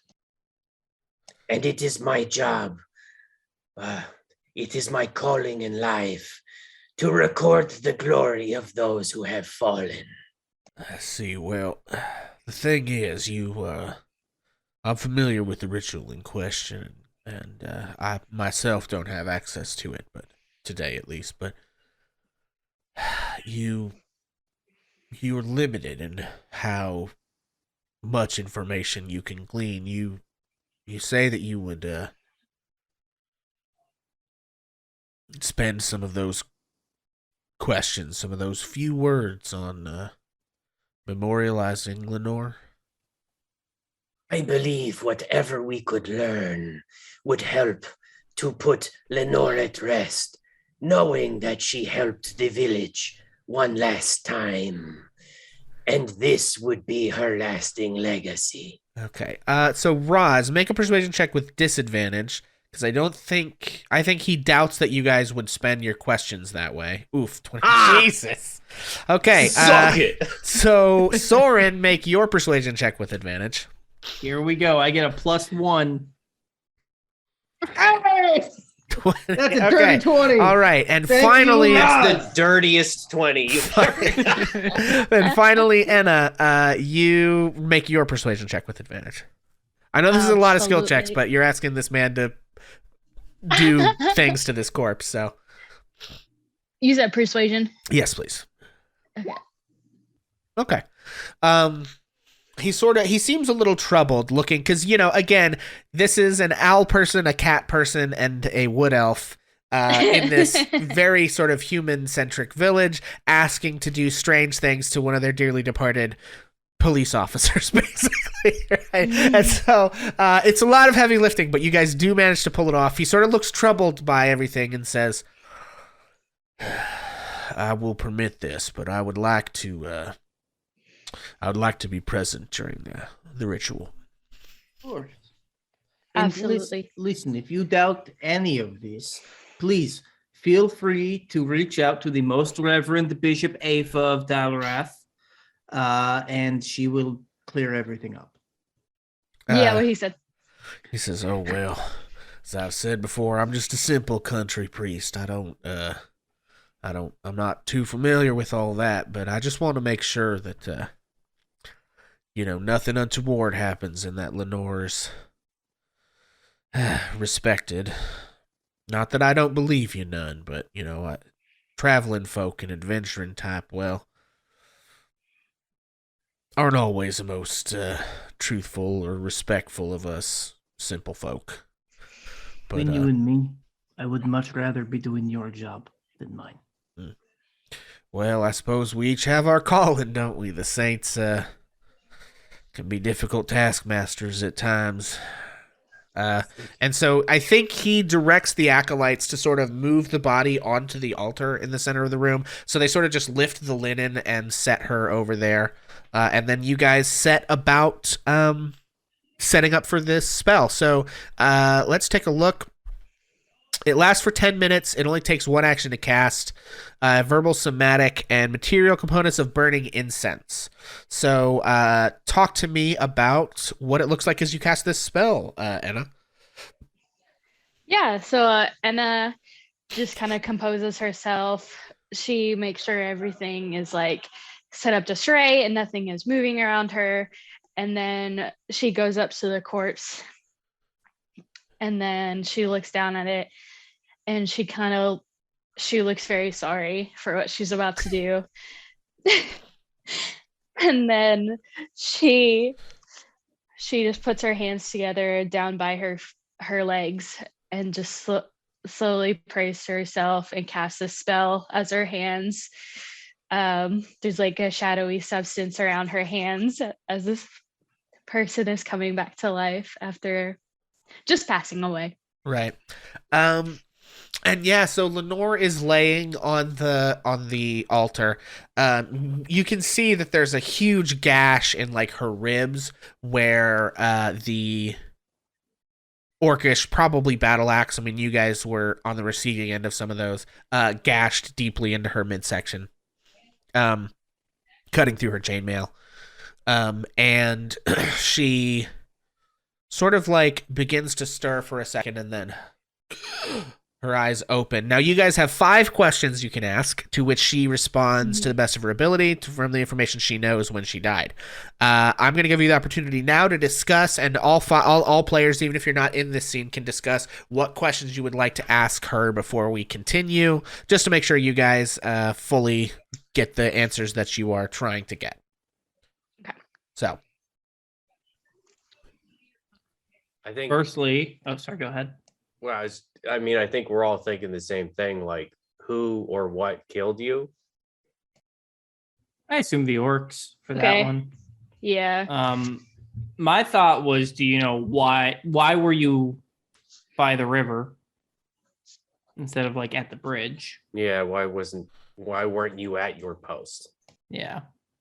Okay. And then do you know why they took Pinna? Or like, why did they take Pinna? I'd like to know where the other guard is. He said there was someone named Ryan. Yeah. I'm sure that we can get that from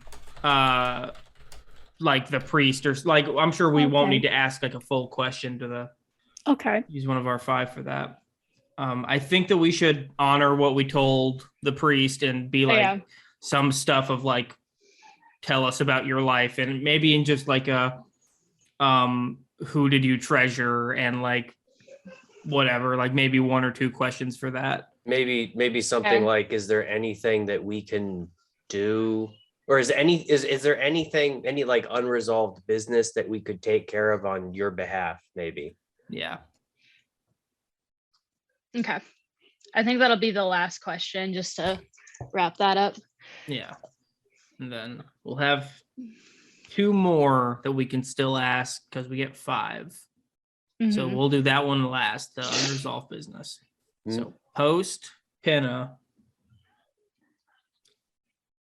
Yeah, maybe like which orc killed you, if there were like any significant ones in there. I feel like the Juggernaut was pretty significant, but. Yeah, which orc killed you? Okay. I don't know. You. What about you, Silas, or Jesse, the real person? Is there anything that you can think of that you? Silas is taking a nap. So you, Jesse, though, if you would like to have an input on what they say, I'm going to give you guys out of character the ability to converse about this, even though some of your characters aren't present. Should you have anything to contribute, which some of you may not, but I just wanted to make sure you didn't feel limited for this whole big scene of us figuring out what's going on with this dead person, that you're like, oh, I was shut out because I couldn't, because I wasn't there. So I just wanted to make all you guys aware you have that opportunity should you choose to exercise it. The only thing I might add, just is were you involved? Just outright, did you help orchestrate this? Orchestrate.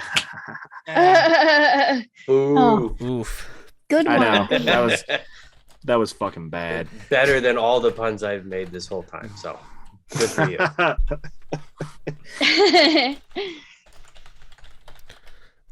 Also, with the Speak with Dead spell, let's see.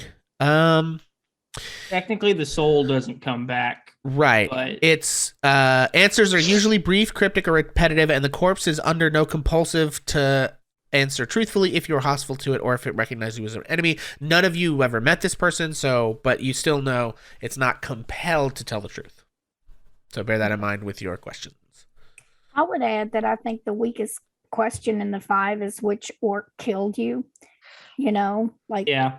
But That one's the leave weakest. it there. But sometimes when you start to ask one question, another question that you would want to ask more happens. Yeah. So kind of keep that one as a, maybe yes, maybe no.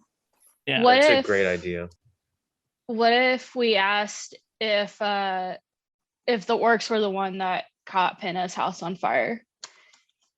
But we know they did. They were inside it. Yeah. I feel like we got that one. We found the bodies in there at least. So yeah, that's pretty obvious, I would think. I don't know, but I think so. Okay. Okay. And Kinsey, did you have anything you thought that they should ask? I can't think of anything specifically other than because I feel like finding out why they weren't specifically at their post and if they have any information about Pinna would be the biggest, like, and a lot of things we could figure out from if anybody else that's still alive knew this guard, like get a little bit more information about them through somebody else. Yeah. Okay.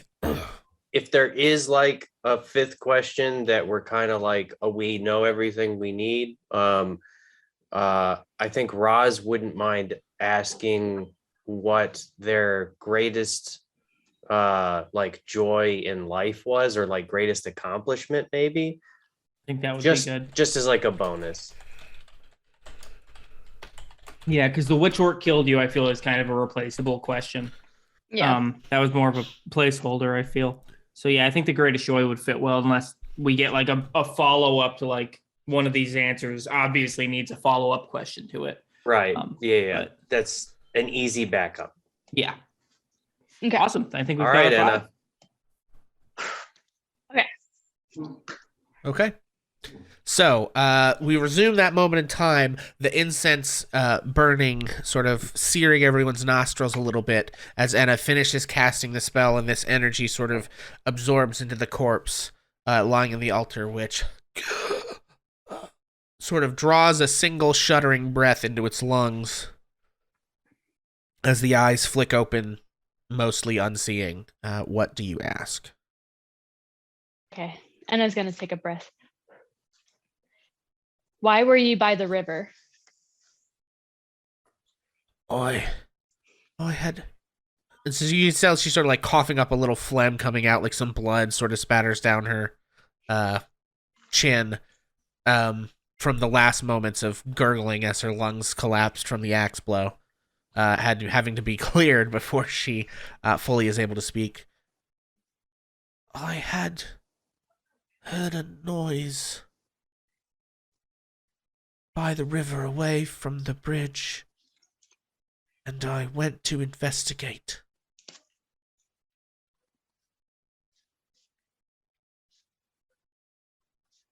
Okay.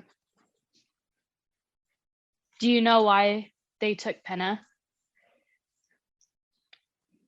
No, I didn't know they took her. Okay.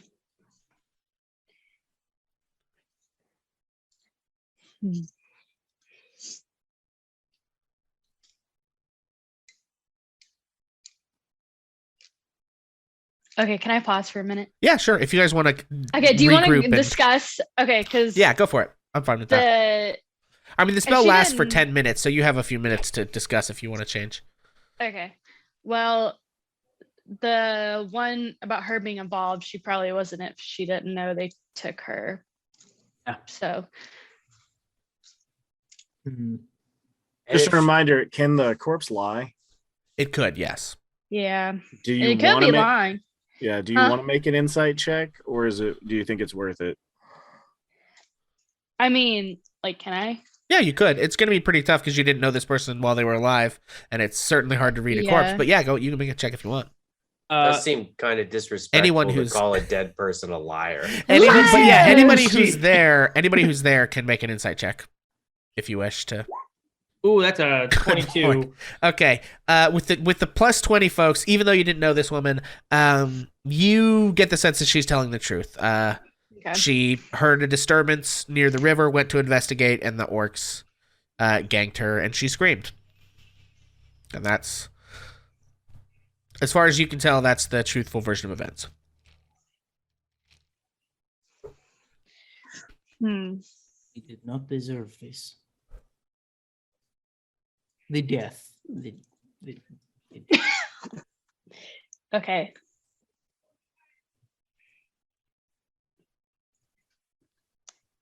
Well, What should I ask for the third question, since we have a good sense she wasn't involved? I feel that the unresolved business may be good in case that's a follow-up. Yeah. Okay. Yeah. That's good. He's good. Okay. All right. Is there any unresolved business that we can take care of for you on your behalf?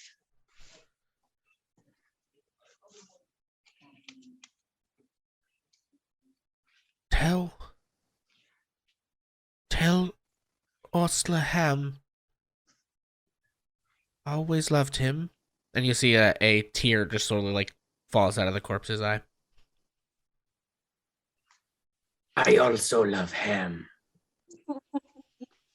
And swipes at Roz.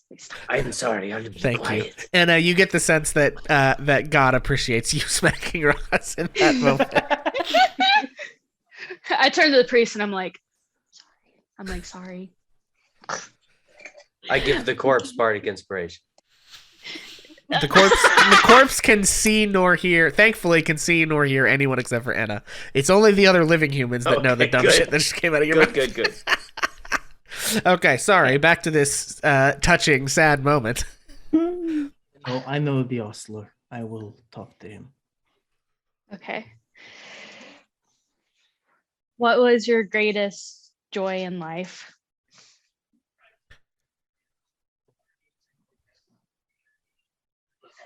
I always loved how beautiful the leaves were across the river in the fall. Okay. Now we have one more question. Do you? Maybe we should ask if she likes the leaves, maybe we should ask where she would, or like what her arrangements should be in terms of, funerary rites and things. How should we bury you? Or Yeah, how should we would you like put to be you to rest? Well, let's not make it specific, but yeah, how would you like to be Put to rest? Or yeah. Okay. As opposed to burial. My bad. Okay. How would you like to be? How Remembered. would you like to be remembered when they put you to rest? I think with this, she turns her head and looks directly at you, Anna, and says, "This body's not a temple. It's a prison. Dispose of it as you will."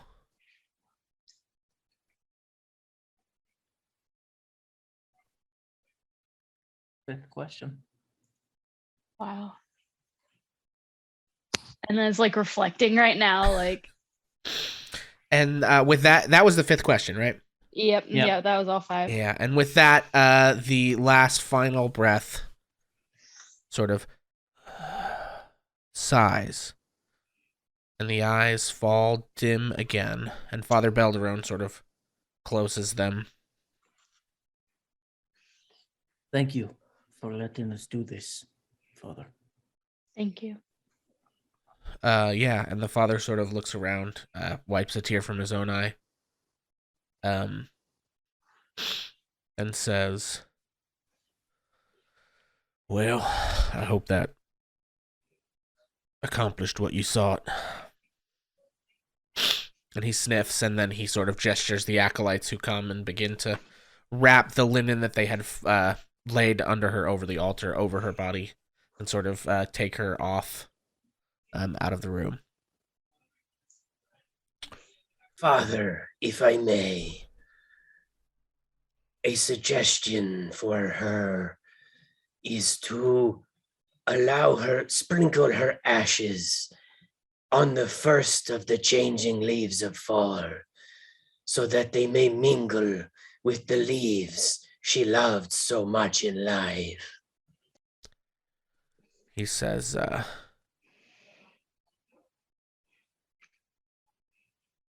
I'm not yet sure what we'll do. We tend to bury our folk round here.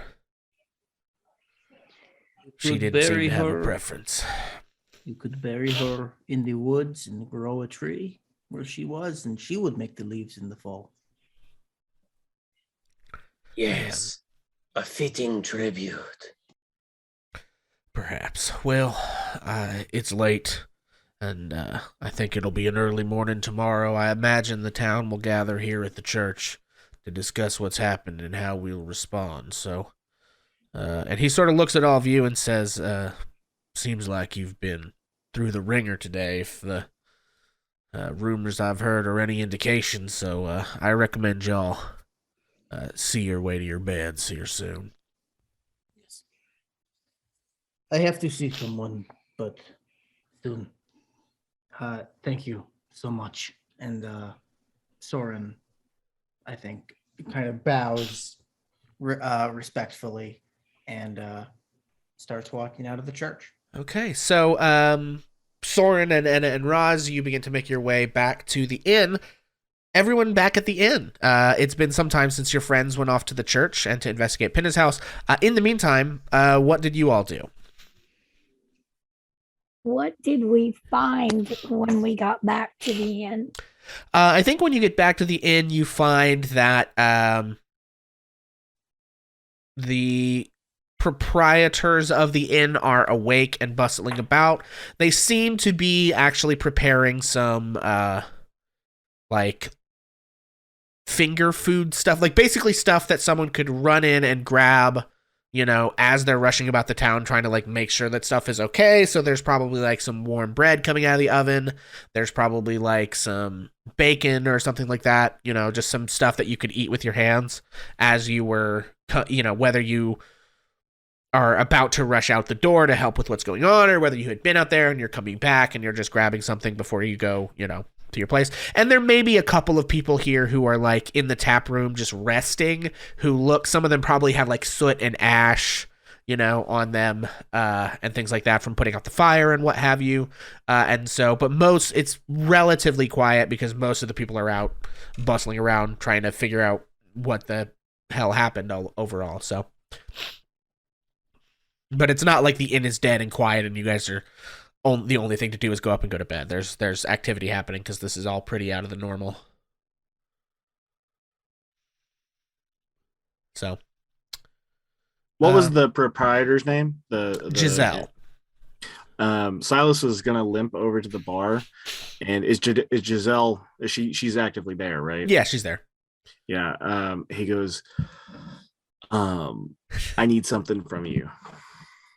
Oh God, what does Giselle sound like? I think she just had like a normal voice. Yes. What now? We need directions. Where is Castle Rend? Oh, why do you need directions there? They took Pinna. You see her face just drops, and you hear her daughter like just fully drops a plate of food and it smashes on the ground. We're gonna go get her back, but I need directions, and we need some sleep. Oh, saints above. It's basically just in the center of the forest. There's an old path that leads there, but it's overgrown and can be hard to follow. Okay. What happened? They took Pinna. Who took Pinna? Looked like a really large tribe of orcs. I assume it's the ones who have taken the castle, but from what we can tell, they left her alive. She's alive, but we don't know why she's been taken. I don't know what we did to deserve this. It doesn't seem like you did anything wrong. It's been a bad day for a lot of us, and I think maybe just some soup for this one. And he kind of points at Perdita. Who smiles? And Who smile? Did you smile like teeth or no teeth? Like, how does Perdita know that her cat teeth are off-putting to people, or? She did not show her teeth. Okay. And her smile was sort of, hopeful. Okay. And DM, yes, go ahead. I have a question, which is, do the three of us know about the dead guard? I'm Yeah, everybody. So you don't know anything that was said by the dead guard just now, but Roz found the corpse some 30 or 40 feet away from where you guys fought the orcs, and called everyone's attention to it, and you all investigated it a little bit together. So yes, all of you do know that the guard, whoever she was, had died. So I think I would lean forward and say, Miss Giselle, someone from the village, a guard, was overcome by the orcs, and our friends have taken that body to the church. Were there guards guarding the city? The village? Yes. Lenore and Ryan are two of the guards. They often have the night duty. Oh. What? She just seems overwhelmed by the amount of stuff that has happened in one day. She says, "What? Ryan is a man with sort of very dark skin, and Lenore is a woman. Which one was it?" It was a woman. It was a woman. Damn it. You are so right that so many things have happened, and yes, we would like to not to do anything to make it worse, but perhaps to help to find out why Ainor was taken. It might be helpful if when everyone has had a chance to rest, we could talk to whoever is a leader in your town, to share what we know. And so would that be possible, do you think? She says, "Well, I'm on the council, and along with the mayor and some other folks from town, and I suspect that we'll all meet in the morning at the church, along with most of the town, to discuss what our response to all this is. We've never seen anything like this. Peloton and the orcs in one day. I mean, I don't know, the forest is dangerous, they say, but really seems to only folk who go in there sometimes don't come out, but we've never been attacked like this. If ask Ryan if he's around tomorrow. That worst thing they think they've ever had come out of the forest was a bear cub that got too frisky. I don't.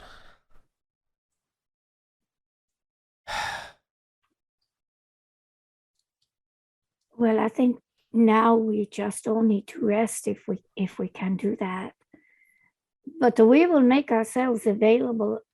And Perdita looks to Farron and Jesse questioningly.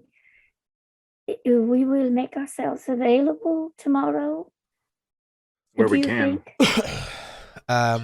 She says, "Yeah, I mean, if you all were." I mean, she looks at Silas having been in a fight and says, "Did you engage with these orcs?" Yeah, and I got my ass kicked. But I think with some proper planning and a little more tact, we might be able to overcome. as well as if you're on the council, any able-bodied person who'd like to accompany us. It sure would help. Yeah, we'll see. What happens tomorrow, I guess. And you all, having witnessed some of this firsthand, I think they would appreciate some of that information as we make our decisions. And I think from there, she sort of begins to give you guys a little bit of, food or drink to help you get to sleep. I think Soren, you maybe were planning to go talk to the ostler. Is that tomorrow, or are you doing that now? Soren wanted to talk to the ostler as soon as possible. Okay. Not for like an extended scene. I think just a quick thing. Okay. So yeah, Soren, make an investigation check for me. Investigation. Oh boy. Not very good at this. 8. In all the chaos, so you make your way to the stables. He's not there. You feel like he's probably running around amongst the town. Here's what I'll tell you. You can choose to stay up and try to find him. I think you'll suffer a level of exhaustion from lack of sleep if you go that route, or you can sleep now and try to talk to him in the morning. I think Soren's going to try to sleep. Okay. I don't think he Okay. He knows that it's important that the news get delivered, but he also knows that he's out going on a very important trip tomorrow. Right. So. Okay. So, I think with that, you guys make your way one way or another to the inn, to your beds, and take the remainder of your rest. One last thing just before we go to sleep. Silas sits Charlie down on the bar, and he just looks at the owl and says, "Help her out and do whatever she says," and then points at Giselle. He goes, "This is Charlie. He's good at some things. Ask him to help, and he'll follow your instructions." She sort of looks at you like, okay. Yeah. And she looks at the owl and says, "Don't shit on my bar." Silas laughs at that and walks upstairs. Perdita has gotten whatever bowl of soup, crackers, rolls, whatever. And she says to Giselle as she's getting ready to go upstairs with her arms full of food, "Do you have any prohibitions about food on the upper levels?" She says, "You're in the larger suite, right?" Mm-hmm. She says, "Just eat it at the desk, not in the bed." And just sort of At like the waves desk, at you, not the exasperated. "Thank you so much and good night." Okay. And Perdita goes upstairs with her many different things to eat. Excellent. So, with that, you all make your way upstairs and bed down for the evening. And you've had a long day. Your rest has been interrupted by fighting, some of you almost dying, and a whole lot of things. So, unfortunately, you don't wake up as early as you otherwise would have wished. And when you wake up, you can sort of tell as you begin kind of getting out of bed and getting ready that most of the town is already gathered at the church and seems to have been there for some time, probably. What do you all do? Warren's heading straight to the church. As soon as he wakes up and is like fully rested, he's Okay. getting in his armor first. Right. Still with his like priestly garb over it, and then going to the church. Okay. So is everybody going to the church? Well, Perdita would be waiting for Waz to wake up. Whoever got up first, Perdita's not going to do anything until she casts an eye on Roz. Okay. Yeah. Go ahead. Yeah, I think Roz rolls off the couch onto all fours and arches her back and does a little big stretch. Yep. Big stretch. And looks over to all of the empty food vessels left on the desk, and then over to Perdita, who I assume is asleep in the bed or was sleeping in the bed. I think that she started to wake up when you made your noises. And she looks over and sees you and says, Roz, I must speak to you before one more minute passes. Will you hear me? I will hear you if you speak. Roz, I owe you the most largest apology of my life. I did something disreputable to my whole family and my way of life last night. And I want to apologize and ask you to forgive me. I called you a name last night. And in the world where I come from, it is the worst name you can call a tabaxi. I was angry. I was scared and I was angry. I should not have called you a cat. I am so ashamed. Please forgive me. You are forgiven, for there is no insult that you could levy at a Hiskers, for we rise above. Sadly, I do not believe that your lineage is as worthy. But you may still be of use, for I believe you could help me in a way that I am desperate for. I wish to show you something, Perdita. And taking out of her pack, she unfurls a rolled up piece of paper. And as she reveals it, it becomes clear that with a bunch of names and branching lines, that this is a hereditary chart. And at the very top, the name Hercules. And using her claw, Roz traces that line almost straight down to her name. This is me. Sadly, this is where the Hiskers line ends. However, I have come to this backwater on a rumor I heard once as a mere kitten. And there's a piece of paper that seems to be kind of tacked on to one side. And as she folds it open, it kind of like unfolds and unfolds, and it folds all the way down. And there's a bunch of other names and various notes, all written in by hand. I believe that one of the Hiskers went east and established a disreputable life, doing something like trading or farming or some such. We wrote them off because we did not believe they lived up to the name of Hercules. Sadly, the last known surviving member was my auntie, Cambria Hiskers, and no one knows what was made of them.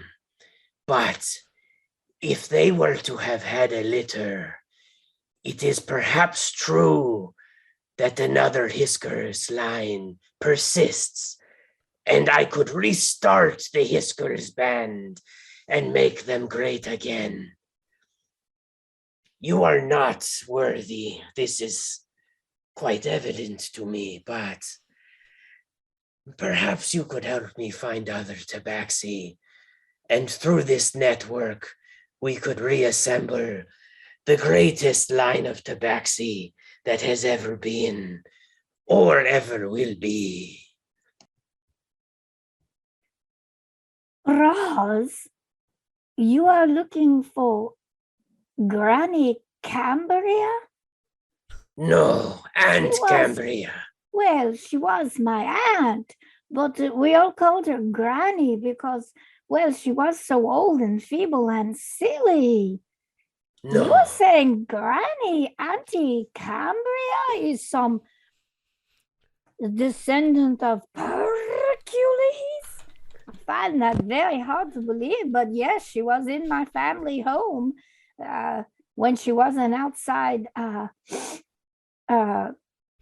wandering.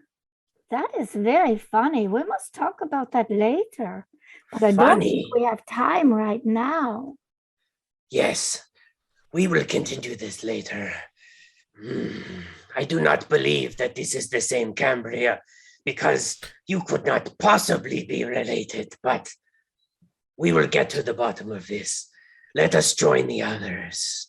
And Roz kind of like angrily rolls it up. And don't ever call me the C word again. Oh, I will not, Rose, I promise.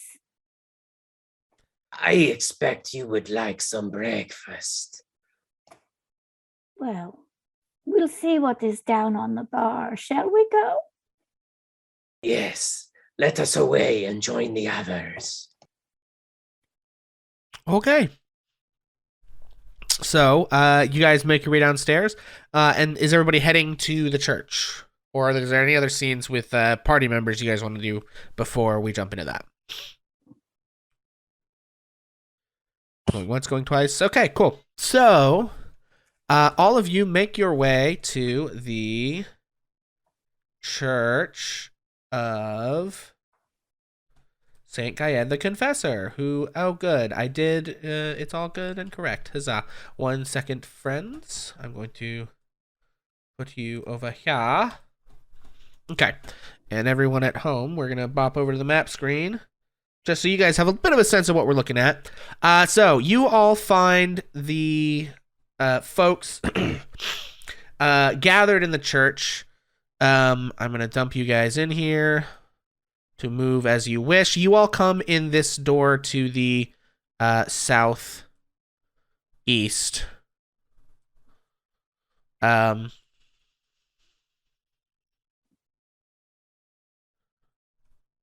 that is in no particular order. You guys can have come in any order that you like. As you enter the church. So you see several of the people that you would recognize. You see Father Belderone is up front. You see Morgause the Carpenter and Giselle. A couple of other faces that you don't recognize. I don't believe any of you had met Jago the Smith or Mayor Osric. You recognize Brecca and her father, who you determine is the... because of, you know, the way that he's sitting and just the sort of interactions between him and Brecca, who is the young woman who's sort of the serving maid at the inn, who is Giselle's daughter, that this is her father, and the cook, Gowan, who I don't think you have seen. Gowan is sort of a tall and imposing dark-skinned man with sort of his hair pulled back into sort of a style down his back, and you can see he has a severe scar across his face. I don't know if I've showed him to you guys yet. I might need to do that. Stand by, the reluctant pig. I have. You guys have that in your stuff, or do I? No, maybe I haven't. I have. Okay, yeah, you guys have him in your handouts. So maybe you have something. So he has a scar across his eye, and he doesn't speak much, but you can see that he sort of has a camaraderie with Brecca that indicates who they are. You, Enna, you recognize the young woman from the tent with the shop, and she is sitting next to a little bit older woman that they have a similar sort of family lineage, you can tell. And then just a smattering of other folks from the village and acolytes and things like that. As you enter the church. Hang on. Yeah, so you also see up front, speaking to the crowd, is a man that none of you recognize. And you hear this man saying... Right, well now, and so I think that what we ought to do here, given the disgrace that has been visited upon our village by these foul creatures, is we ought to band together, and we ought to send our militia right out there into them there woods. I of course, am more than willing to do my part, and fight these terrible orcs. And so let me show you this gentleman. Where is he? This is the guy. You can see that this man looks relatively wealthy compared to most everyone in the village. He is also bald. He has kind of graying hair, and he wears much finer clothes than most of the folks around here. And he appears to be basically inciting the group to send a militia of their folk out into the woods. What do you guys do as you come in?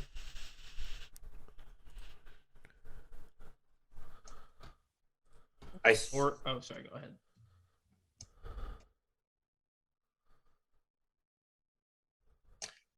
Roz subconsciously touches the scar on her cheek. Soren tries to come in as quietly and respectfully as possible. Okay. And just kind of tries to not take up much space, but that's difficult when you're a 6 foot tall owl. 7 foot tall. How are you? 6.5 foot tall owl man. But tries to like take up as little space as possible and just be as respectful. And wants to let them kind of give their piece before Okay. he says anything. Yeah. Anybody else? What do you all do? Perdita, if you're speaking, Perdita is still munching on a breakfast roll. Yeah. And so she's going to move towards the back wall, which I can't seem to move myself without moving all of it. She was going to sit down cat-like against the back wall and munch on a roll. Okay. And she's kind of, just settled down.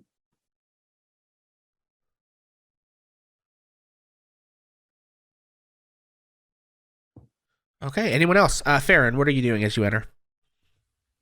I also just wanting to hear their piece and stay out of the way. Just crisscross, sit on the floor and see what they have to say. Okay. Anna, what about you? Yeah, Anna as well is just going to walk in very quietly to hear them talk and to process what they've been through. Okay. Silas, what about you? Yeah, Silas is going to try to take a seat.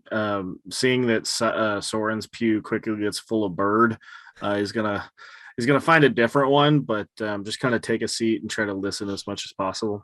Okay, excellent. Well, all of you, because you're sort of listening more than you're speaking, go ahead and everyone make an insight check for me. Oh, that was awful. Oof. I'm going to use my inspiration to re-roll that. Okay. Not bad. Not good either. 22 Okay. from Soren and a 13 from Farron. Okay. So everyone, so Silas, this is all, you're still reeling a little bit from last night. Maybe you're still a little sore, having trouble focusing. Not Taylor, Enna and the 13 gang, Enna, Roz, and Soren. Oh, I'm sorry. Is Farron the 13 or is Farron the 22? Farron is the 13. Soren is the 22. So Enna, Farron, and Roz, with your 13s, what you understand is you glance at these villagers, and you are all, you're adventurers. You're level 5. You've seen some things. You've been in some scrapes, and you have fought these orcs specifically. As you look around, you see a few individuals who are kind of under-equipped militia people, about 10 individuals, and they are wearing the same garb as Lenore, who died last night, and you can kind of tell, even though they appear to be the best, combatants here in the village, none of them stand a chance against even a single orc. They 100% would get absolutely shellacked. And the orcs that you guys fought last night are more powerful than just about any orcs you've fought. So it's like even their best and brightest don't stand a chance. There are about 20 folks who you can tell are just sort of like pressed into, service as like the most, the young men of the village for the most part. There's about 20 of those, and they're even worse. And then there are a couple of like hunters and trappers and things like that who are outfitted sort of like scouts. Basically, in terms of combat readiness, you guys understand that they're poorly equipped with little more than padded armor and pitchforks, and even the fighters in the militia are no match for bloodthirsty orcs. Those of you with above a 20, so Perdita and Soren, as you sort of look at this room, you gain all that same information about the combat readiness of these farmers, basically. You also can kind of tell that there's a bit of like tension among the council. So you see these folks who are standing up in the front. You can tell that this individual, Farmer Carrick, as he is introduced to you, has basically browbeaten everyone into going along with his plan, but that most of the rest of the council doesn't really approve. He's just kind of a better orator than any of them and seems to have most of the crowd on his side. But you can basically tell that he's kind of browbeaten everyone into just accepting this plan, which is almost certainly to send all of those other people to die. And Perdita, you with your nat 20 can tell that he basically plans to send all these people off, and if they happen to succeed, he plans to take all of the glory of their endeavor and seize the knighthood for himself. But you also can tell he is not really a fighter by any stretch, and would more or less politically just kind of be sacrificing these people for his own gain. So that is what you guys get with your insight checks as he continues to sort of, work himself up into a tizzy up there. And we cannot let this insult to our people here remain. We must stand firm against these orcish invaders. And on he's going, and everyone's just sort of listening to him. What do you guys do? Thorin is going to try to slide between the group here and get close to Roz, and is going to kind of whisper guidance and place a hand on Roz's shoulder and be like, "You should talk this one down. He's going to convince all of these people into wasting one of their lives." But they only have one to give. This is madness. This is madness. I'm sorry, do you all in the back have something you'd like to contribute? This is a time for the council to be speaking to the people of Gravesford, and we would appreciate silence from... Why does the council from... not speak? Instead, they open their ears to hear the flapping of your lips. Okay. Sit down, fool, before you send this town to their death. Roz, make me an intimidation check. and you'll have an extra D4 from guidance. Okay. Rolling a D4. So 16. Okay. Yeah. So as you actually stand up to this guy, he seems taken aback a little bit, and you feel very subtly the mood in the room shift, and you hear one of the villagers sort of pipe up and say, "Yeah, we want to hear what they've got to say. Giselle says they fought the orcs, they did, and they're still alive." And sort of that seems to be enough to just barely tip the mood in the room to allowing you all to speak. As soon as Roz starts to move, Perdita well, I can't, David, Pixel, the whole map moves. Yeah. But Perdita wants to move up to be immediately behind Roz, just in a supportive role. And I'll tell you what's probably happened to you, Trish. If you put your mouse over the arrow in the top left, you have select move and pan view. You probably somehow have pan view selected, but that's roll 20 stuff. Okay. So Perdita moves up behind Roz. What about everybody else? I think Soren starts walking up as well, and I don't know if he wants to get up here with the council mainly, but I think he wants to get up close to Roz and Perdita as well, and kind of be that imposing like back figure. Yeah, and Anna, Farron, and Silas, you can tell that Roz is probably getting ready to, have a bit of a like speech or something, some sort of attempt to sway these villagers. Do you have anything you want to do or add before Roz kicks into gear?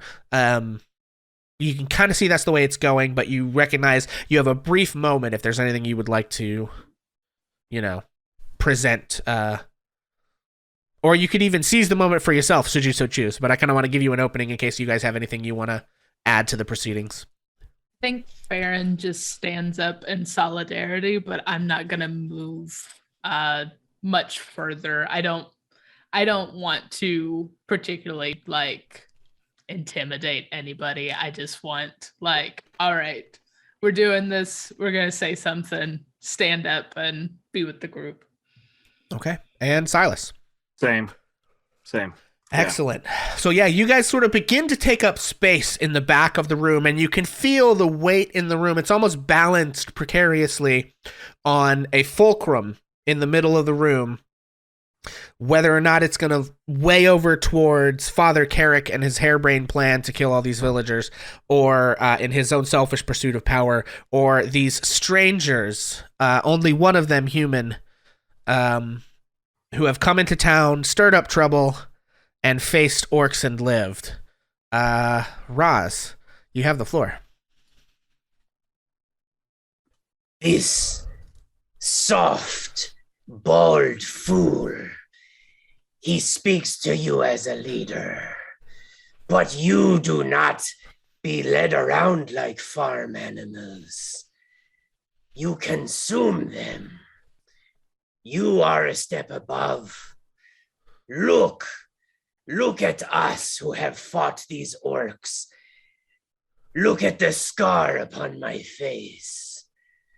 We have gone out to defend your village.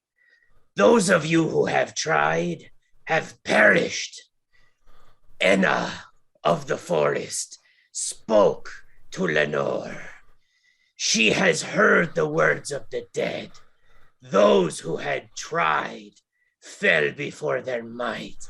Silas, one of your own, the best among you, he is as fast as a spiny woodland creature, and even he could not save the one who was taken, Pinna of your village. Sorin, the mighty owl from the north, he has done his best to fortify our wounds and to keep us enriched and unfatigued, and even so, with the extra breath of life from his wings, we are unable to do what all of you could not even attempt. You are frightened. That is wise. Your fear is wisdom, and you should listen to it. Your ears must be open and your mouth must be shut, as I would advise you, you bald, mewling child, to sit and listen to your fellows. In their fear, they know the truth. You are unprepared for this. And even as we are the best among you, hardened by our time out in the world, among dangers which you have lived your entire lives hiding from. Perdita, step forward.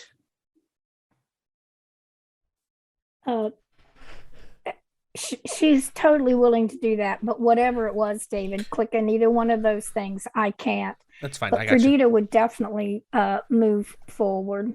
Yes, we'll get you there. And look at Roz as if, like, is Roz asking me to say something now, or is Roz going to say something about me? About you. Okay.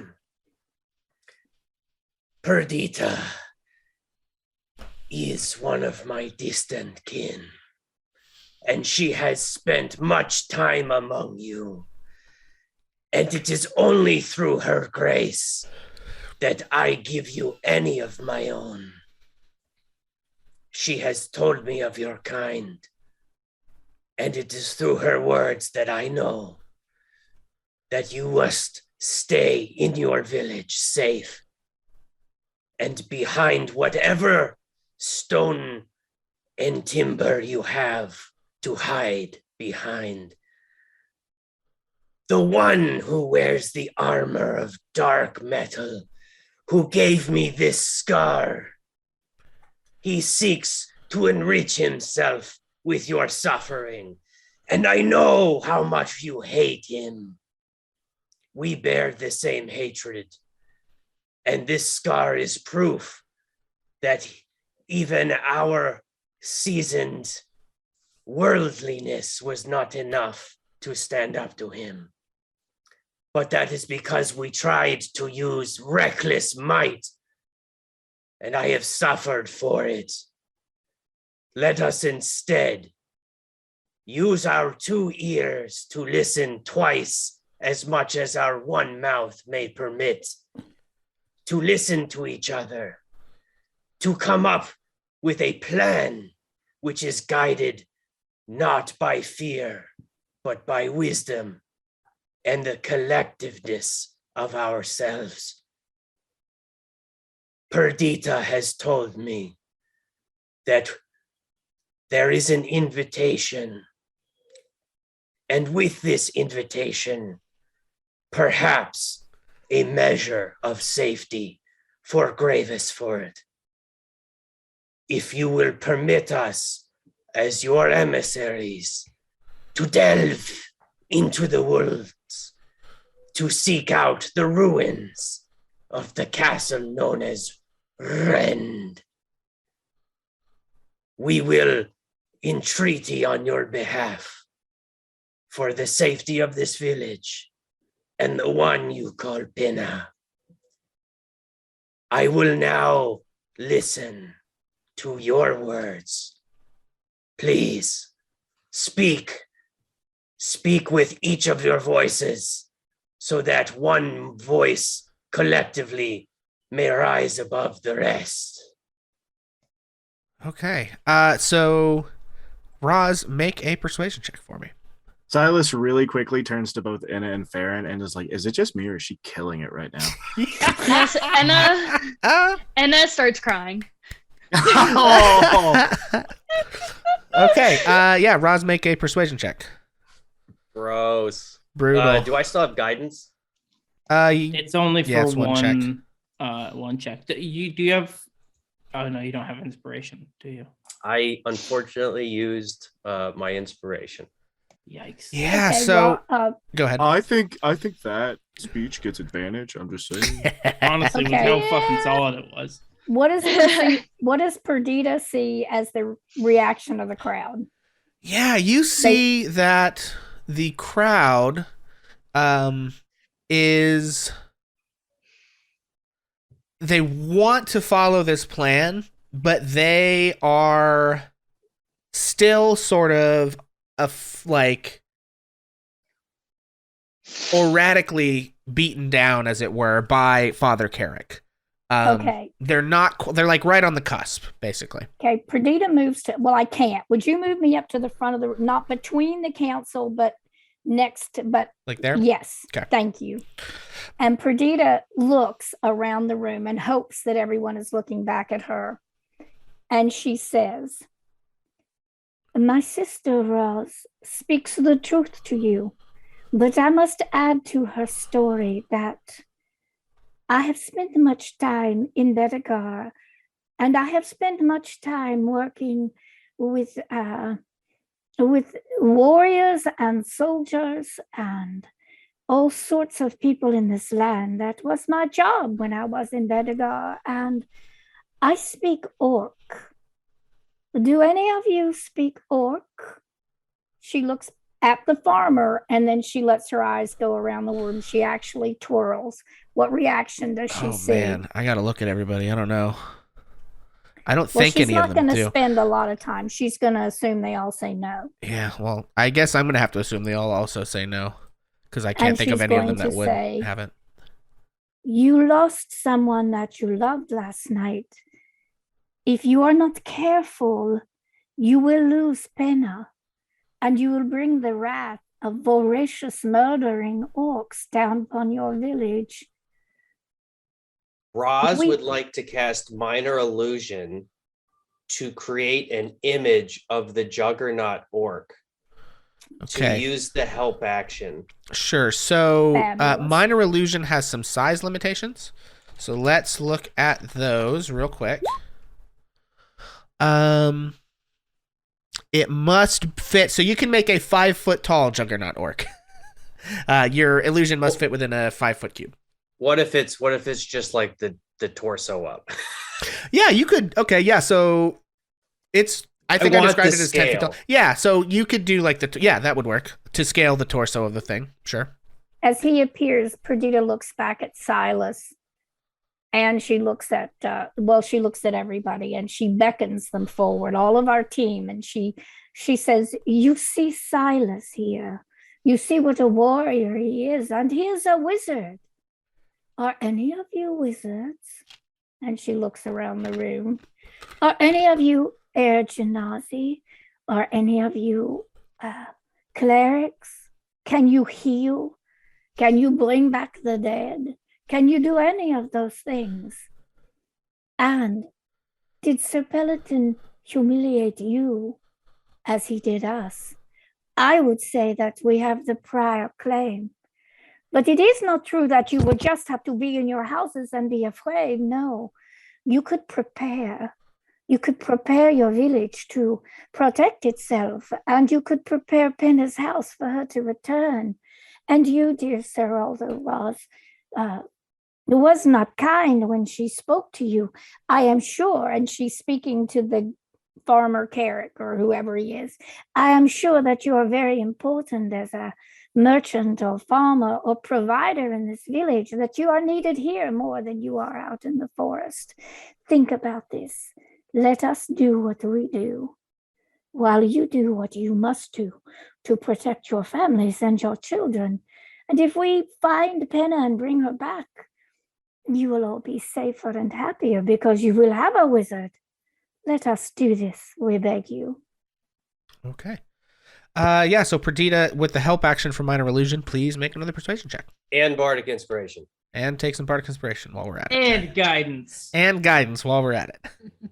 We're just stacking the buffs, baby. And it's persuasion? Yes, persuasion, please. 15 plus roll. It's a D6 Bardic Inspiration and a D4 guidance. Okay, roll. the D6 is another 5. So that's a 20. Oh, shit. The D4 is another 3. So that's 23. Yeah. So as they'd been the crowd got primed by Roz's impassioned speech, but it seems like there was some of it they didn't really understand, maybe. Like there were parts of it that it meandered a bit and they got kind of lost. And so Perdita providing this sort of straightforward plan, let us do this for you. And you can tell that you win them over to your side. There's a brief discussion that happens, and then the town takes a vote, and they all end up voting in favor of the plan of sending you all as emissaries to either just take her back or to entreat with the orcs, whatever it is that you plan to do. They sort of entrust the matter to your hands. Father Carrick is voted down, and the other member of the councils seem relieved. And in the end, Father Belderone speaks up and says, "Very well, as it has been so voted upon by this council of the town gathered here today, we will entrust these travelers with our hopes and with the safety of our precious Penna. We resolve and believe that they are better equipped than experienced compared to our town militia to either entreat or combat with these orcs." And he sort of gestures to everyone, please provide whatever aid or help you can to them as they prepare for this dangerous journey on our behalf. And he everyone claps and cheers and begins to dismiss the rest of you. And I actually think it's a little bit early, but I think that is where I would like to call this session. So we end with this moment of the folks in the church looking hopefully at our heroes who had all things considered, an incredibly bad day yesterday. Beaten down twice, almost losing several of their members twice, and yet nevertheless willing to step up into this moment for their friend Pinna and the safety of this town, offering their martial abilities, their magic, and their lives on the line to go deep into the Forest of Rend in pursuit of the White Tusk orcs and Pinna. So, thank you guys for watching. I appreciate it very much. We will be back, not next Friday, but the following Friday. We are moving our time slot up to 6:30 to about 9:30, just due to some schedule changes for some of us in the cast. But we really appreciate all of you hanging out with this wild stuff that we do on Friday nights. I think we have some folks who've been hanging out who joined us from the Yeet Fleet, our friends from Vincent Page's stream. We will be back with episode 2 of Curse of Strahd, in which Vincent and some of his other friends, as well as Bonus Mom, appear. That will be next Friday. Those sessions are later. They are 8 p.m. to 11 p.m. We've kind of got 2 different people, 2 different sets of schedules. It's all a thing. In any case, we're going to end as we usually do, going back around and introducing ourselves one more time so you know who we are and where to find us. As always, I am Pixel. You can find me here on Ages of Ainor, as you have just witnessed, as the GM for these 2 campaigns, Curse of Strahd, Siege of Castle Rend, alternating Fridays. You can also find me on Facebook.com/HammerandPixel, where I play video games and talk about them, like literature and whatnot, because I'm a big old nerd. We've been playing Elden Ring. It's been a lot of fun, and you can find us doing that, I believe. Hopefully I'll be live tomorrow. We'll see how it goes. If not, it'll be Sunday. Bonus Mom, what about you? Hi, my name is Bonus Mom, and I am playing Perdita, the Tabaxi Fat Cat, in this adventure. And next Friday night, I will become Wanderous, the Furbolg Druid, who has just discovered a connection to his personal purple star as he stands in the hunting room of the House of Death next Friday night at 8 p.m. Excellent. Somebody get me a theremin. Anyway, Jacob. I am Jacob. I'm not in next week's game. I don't have anything to plug. Thank you so much for being here. I'm having a ton of fun. Excellent. Great. And Kinsey. I am Mackenzie. This has been an emotional and motivational session. I had a lot of fun, and I'll see you guys in 2 weeks. Right on. Beast. I'm Beast. I am Roz, and Roz likes to talk, so I will talk less now. Thank you for joining us. Right on. Jesse. I'm Jesse, and I'm also Silas, the Somehow Alive. And once again, I thank everybody for letting me be here. I'll see you in 2 weeks. Excellent. And Taylor. Hey, I'm Taylor. I play Anna. It's been a great session. Thank you all so much. Beautiful. Okay, and then one last thing. We will have our session in 2 weeks, but 2 weeks after that, the week of May the 6th, we will not have Siege of Castle Rend that week due to prior engagements on behalf of myself and Bonus Mom and Beast. And we will resume following that on the 20th. So next week, for sure, will happen on the 22nd, and then the following week, not next week, okay, next episode on the 22nd will happen, then one of the 6 will not. We'll try to announce that again on social media, as well as next time that we do our thing. And all of that having been said, thank you guys so much for hanging out with us for this silly thing that we do on Friday nights. It truly means more than we could say to have folks interested in our batshit shenanigans. As always, you can find us on Twitter and Facebook, as well as in our Discord if you're interested in becoming a part of our little circle of folks who love to play TTRPGs and D&D. And finally, I just want to leave all of you with a little request from me to you. Until the next time that I see you, do me a favor and be a little kinder to yourself than you think you deserve, because I promise it still isn't close to being more kindness than you actually deserve, friends. Good night, and we will see you next time. Thanks, everybody. Bye. Let me tell a tale of a world where heroes walk among us, fighting through the darkness left by monsters and by selfish men. A tale of glory rent asunder, sacrifice and battles lost. Our heroes know not what awaits them, and still they carry on. Let me sing a song of a family forged by trials and woe. On their own they falter, but together they will write their own tale of glory rent asunder, sacrifice and battles lost. Our heroes know not what awaits them, and still they carry on. What was rent shall be restored. What was lost now shall be found. The price of valor ever rising, but victory brings new rewards. Tales of glory, might, and wonder, hard-fought battles, treasures won. Our heroes know